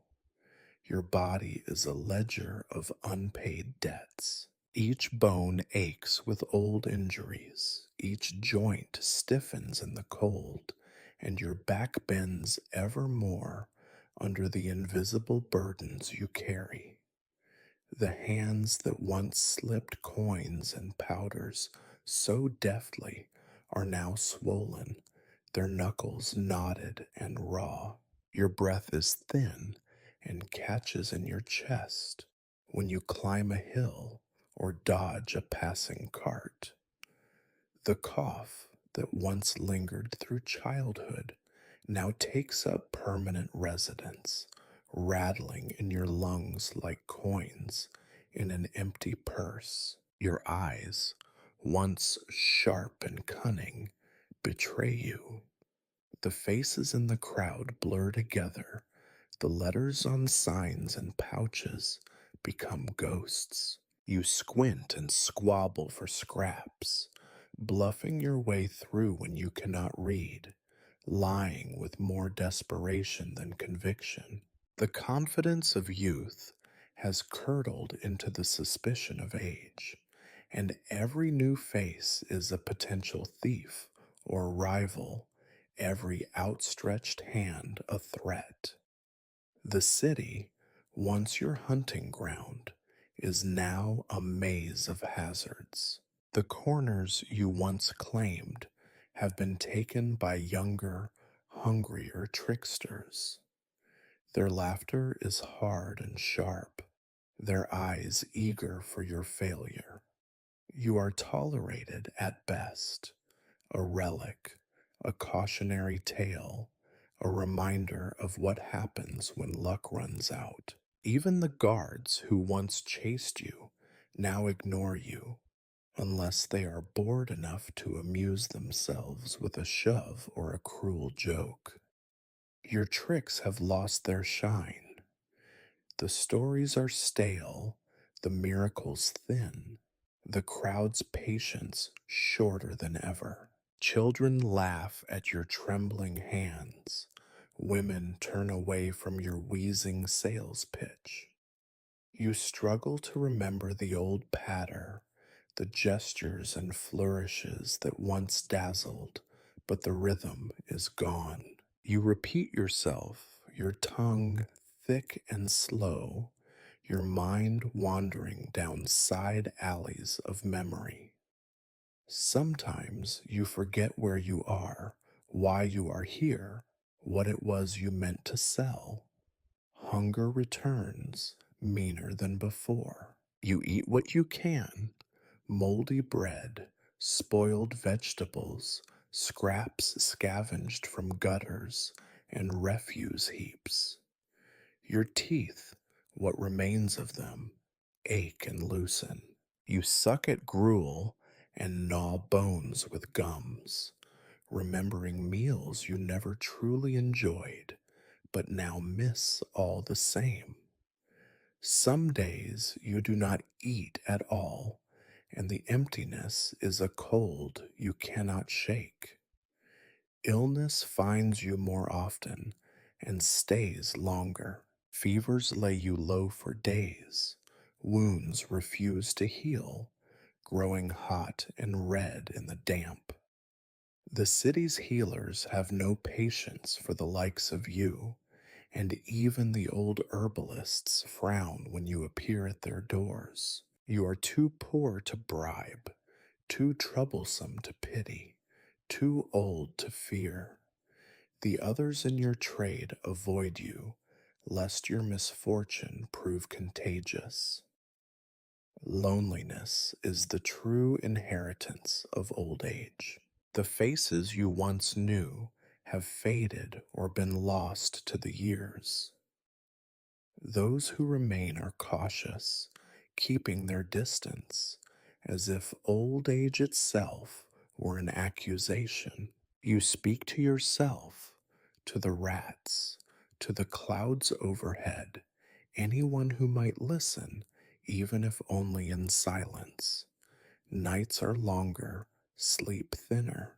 The nightmares persist, but so do memories, half remembered fragments of a time when you still believed in tomorrow.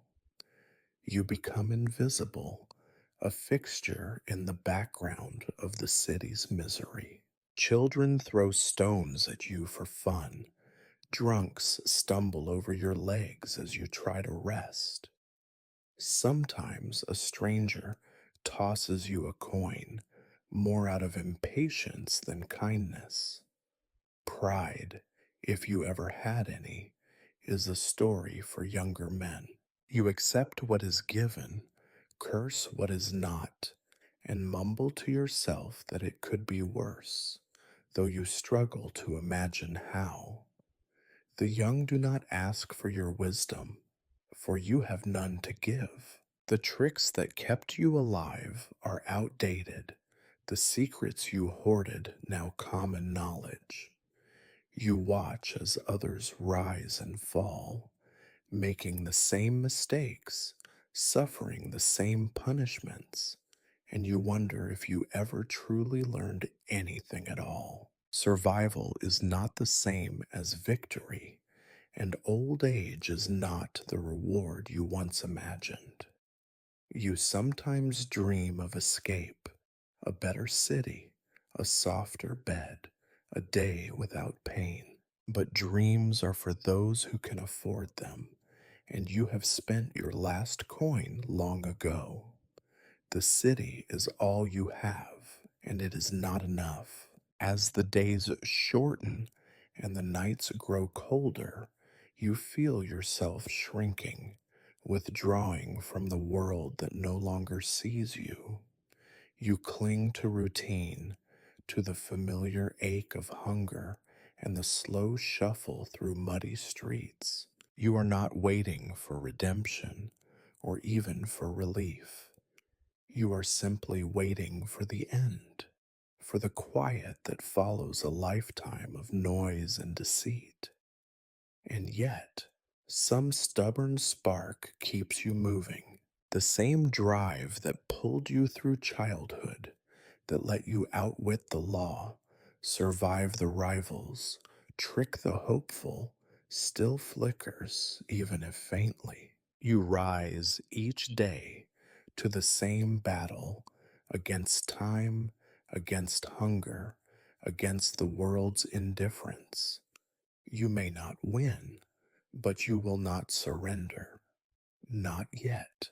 You thought you knew loneliness as a child when you crouched in the shadows of market stalls, watching families pass by with arms full of bread and laughter. You believed you understood it as a young adult, when every friendship was a calculated risk, and every alliance ended in betrayal or disappointment. But you did not truly grasp loneliness until old age crept in and settled itself upon your shoulders like a sodden cloak.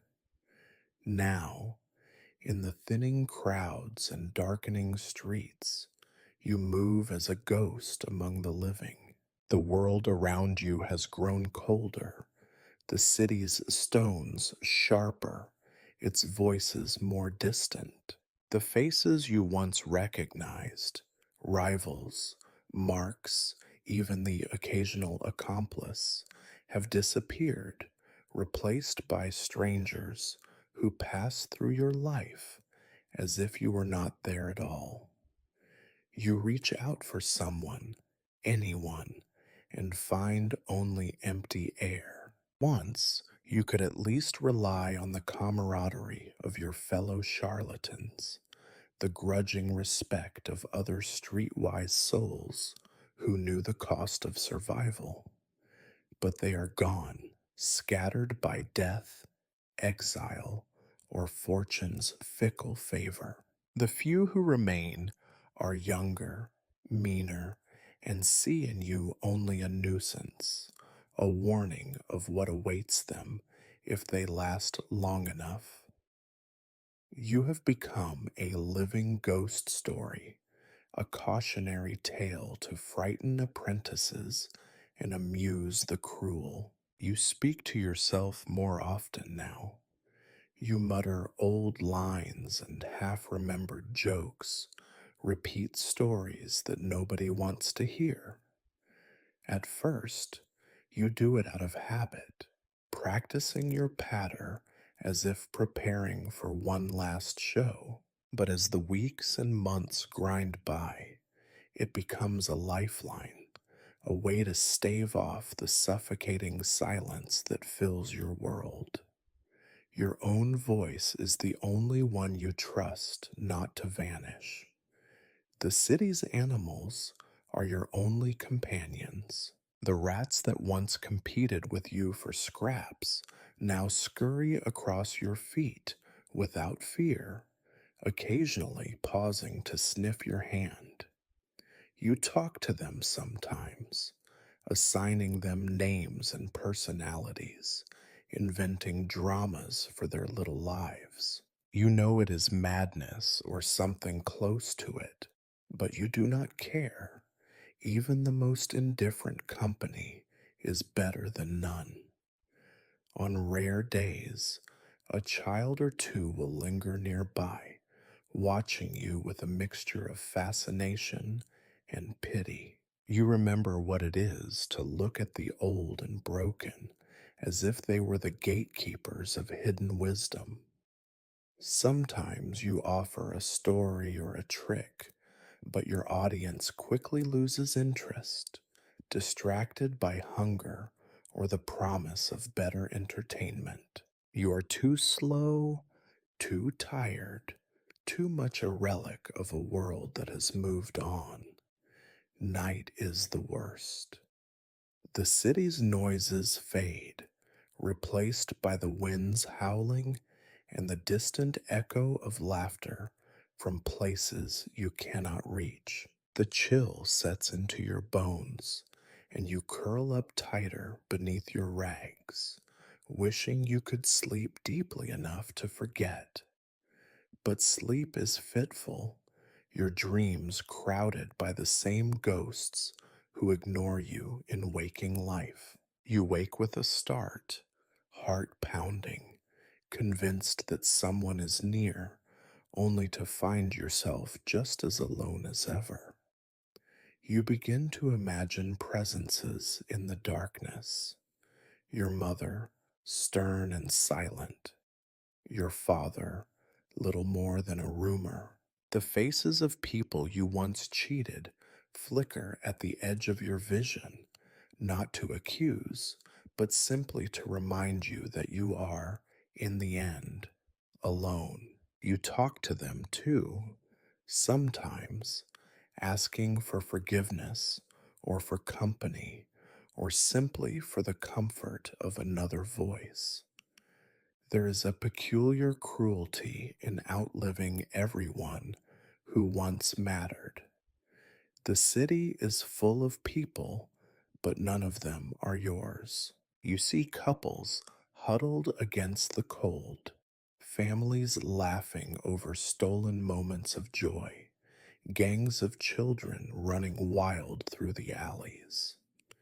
You are invisible to them all, as if age has rendered you transparent. Once you might have resented them. Now you feel nothing at all. No envy, no bitterness, only a numb acceptance. When you fall ill or stumble in the street, nobody comes to help. At best, a stranger might step over you, muttering a curse. At worst, a boot or fist will remind you that you still have a body, still occupy space someone else wants. You wonder sometimes what it would be like to die in someone's arms, to have your name whispered in grief rather than spat in annoyance. But you know better than to hope for that.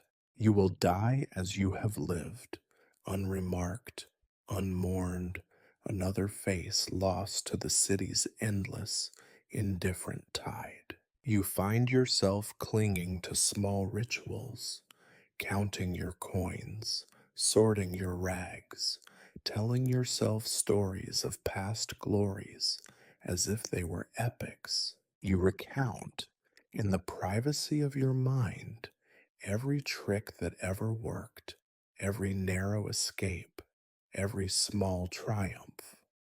You do it not to boast, but to reassure yourself that you were once more than this, a shadow, a burden, a remnant.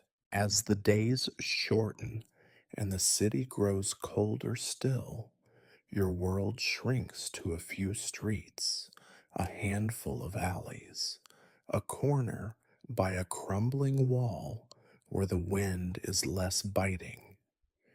You measure your existence in footsteps, in meals missed, in nights survived. No one calls your name, no one remembers it.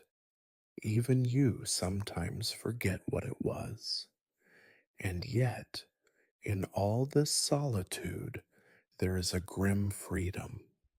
You have no debts left to pay, no rivals left to fear, no loved ones to disappoint. There is nothing left to lose. You have outlasted everyone and everything, even yourself. You are the final witness to a life lived on the edge of survival, and though no one is left to hear your story, you carry it all the same. In the end, loneliness is not the absence of people, but the absence of meaning. You endure it as you have endured everything else, stubbornly, bitterly, clinging to the last scraps of memory and pride.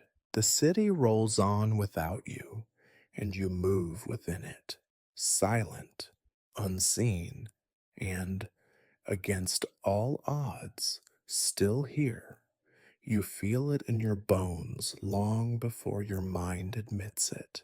The end is near. There is a brittleness to your limbs, a slowness to your steps, a heaviness in your chest that no amount of cursing or willpower can shake. Even your tongue, once your sharpest weapon, has dulled. Words slip away from you like fish in muddy water, and when you try to conjure the old familiar lies, they sound stale and uncertain. But hunger, that old adversary, remains as sharp as ever. You are driven, once more, to try the only thing you have ever known, one last scam, one last game against the world that never loved you. The market square is as you remember it, and not filled with people, noise, the smell of fried fat, and fear. But the faces are younger, the voices louder, the guards more watchful than ever. Your hands tremble as you fumble through your meager belongings, a handful of cracked vials, a pouch of faded powders, a ragged scrap of parchment with symbols you no longer recall the meaning of. You fashion a miracle cure from whatever you can scrape together, a little soot, some powdered chalk, a drop of stale ale. You whisper the old story to yourself, rehearsing your lines like a half mad actor before an audience that has already begun to boo. You pick your mark with care, though you know your judgment is no longer what it was. A young woman, thin as a reed and desperate, her arms wrapped around a coughing child. You steel yourself, shuffle forward, and put on your best imitation of a smile. The words stumble out, fragmented, clumsy, lacking the flourish they once held. Good wife, your son, I, I have something, a remedy, old as the hills. She eyes you with suspicion, glancing over your shoulder as if expecting a trick. She has heard this before, perhaps even from you, years ago, when both of you were younger, less tired. You push the vial into her hand, mutter some half remembered blessing, and ask for whatever she can spare. A coin, a piece of bread, a look of gratitude, any sign that you are still part of this world, that you can still play the part. But your hands betray you. They shake so much that you nearly drop your props. The crowd is not kind. A passing boy jeers, pointing at your trembling fingers, shouting to his friends about the old faker. Laughter follows you, sharper than the cold wind. Even the city guard does not bother to intervene. You are not a threat, not even a nuisance, just another broken fool, babbling old lies to people who have already heard too many. Still, you persist. You move through the market, pitching your tired stories to anyone who will listen. Some shake their heads and move on. Others mock you openly. A few, out of pity or superstition or desperation, part with a scrap of food or a coin so tarnished that you can barely see the king's face on it. You clutch your rewards with stiff fingers, whispering thanks you do not feel. The city itself seems to conspire against you. Rain starts to fall, slow at first, and then in a torrent, soaking through your rags, making your bones ache with a cold that will not lift. You shelter beneath an awning, coughing into your sleeve, watching as the world passes you by. Once you would have joined the crowd, dancing, shouting, taking what you could, and vanishing into the shadows. Now you are outside it all, a spectator in your own life, performing for an audience that has already wandered off to the next show. You think for a moment about giving up, about lying down in the mud and letting the city wash over you. But habit is stronger than despair. You drag yourself up, try again with another mark, another story, another dose of false hope. It is not for money, not really. It is for the reassurance that you still exist, that you can still affect the world around you, however slightly. But each attempt is weaker than the last. Your voice cracks, your stories falter, your hands tremble so badly that a child snatches a vial from your grip and runs, laughing. The crowd roars, not with delight, but with scorn.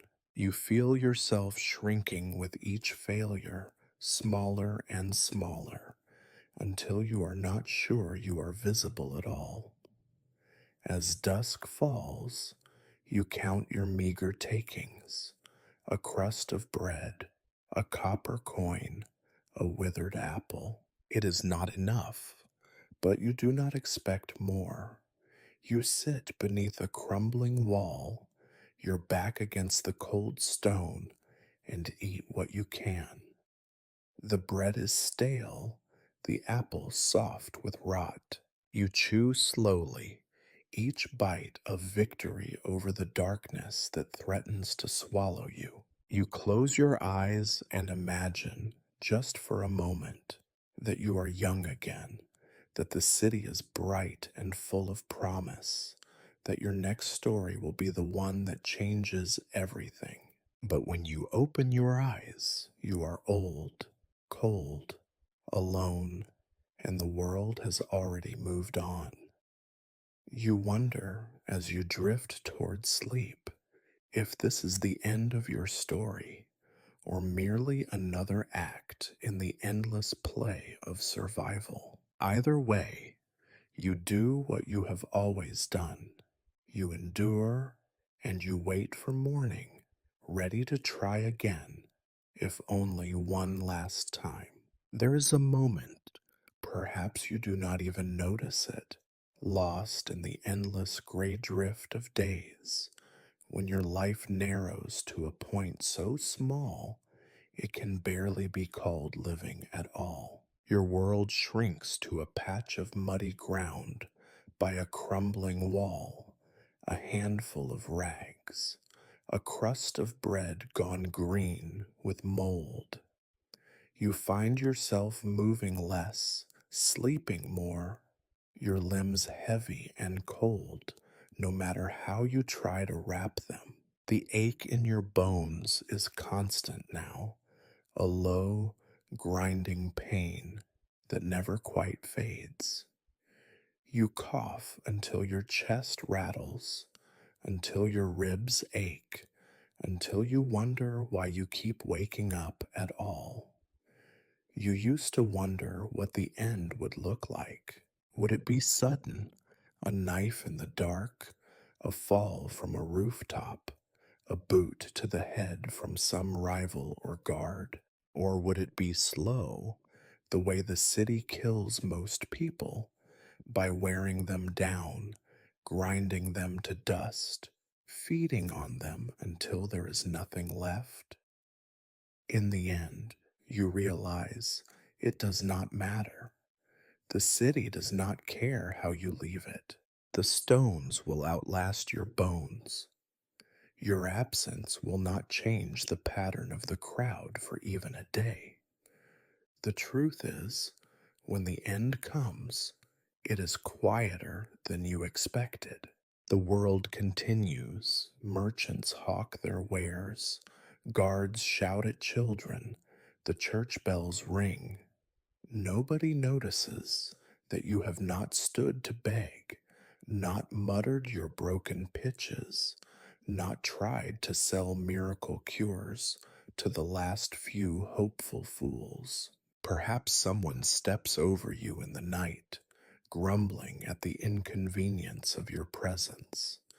Perhaps a child pokes at your leg, giggles, and runs away. You have become part of the scenery, a bundle of rags, a cautionary tale, a lesson nobody bothers to learn. Your last moments are not filled with revelation or repentance. No one comes to ask your name, to record your story, to mark your passing.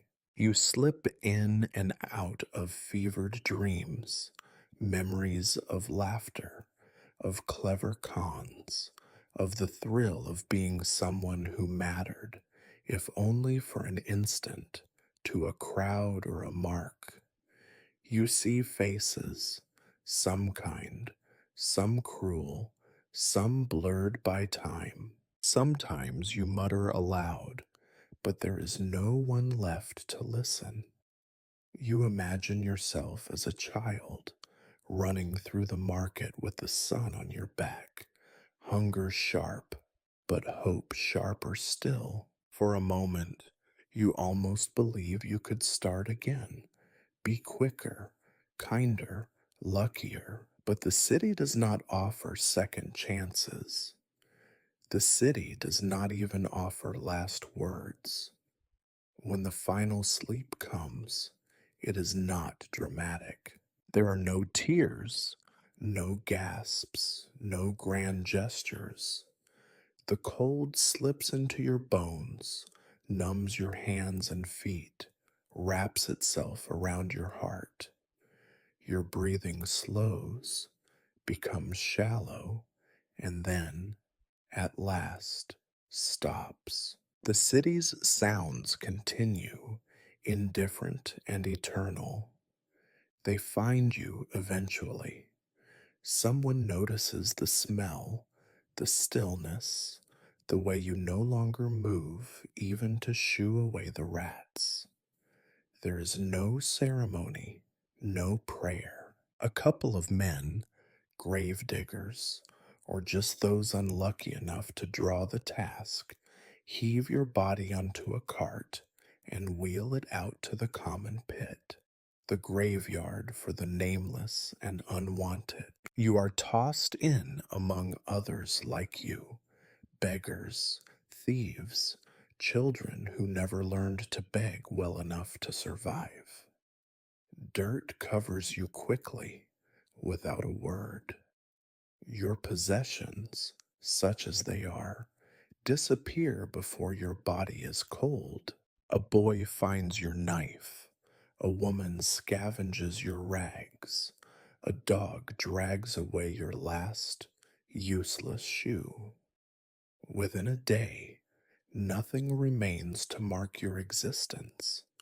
The city swallows you whole and moves on as it always does. No one tells your story, but that does not mean you did not have one. You lived, after all. You survived longer than most.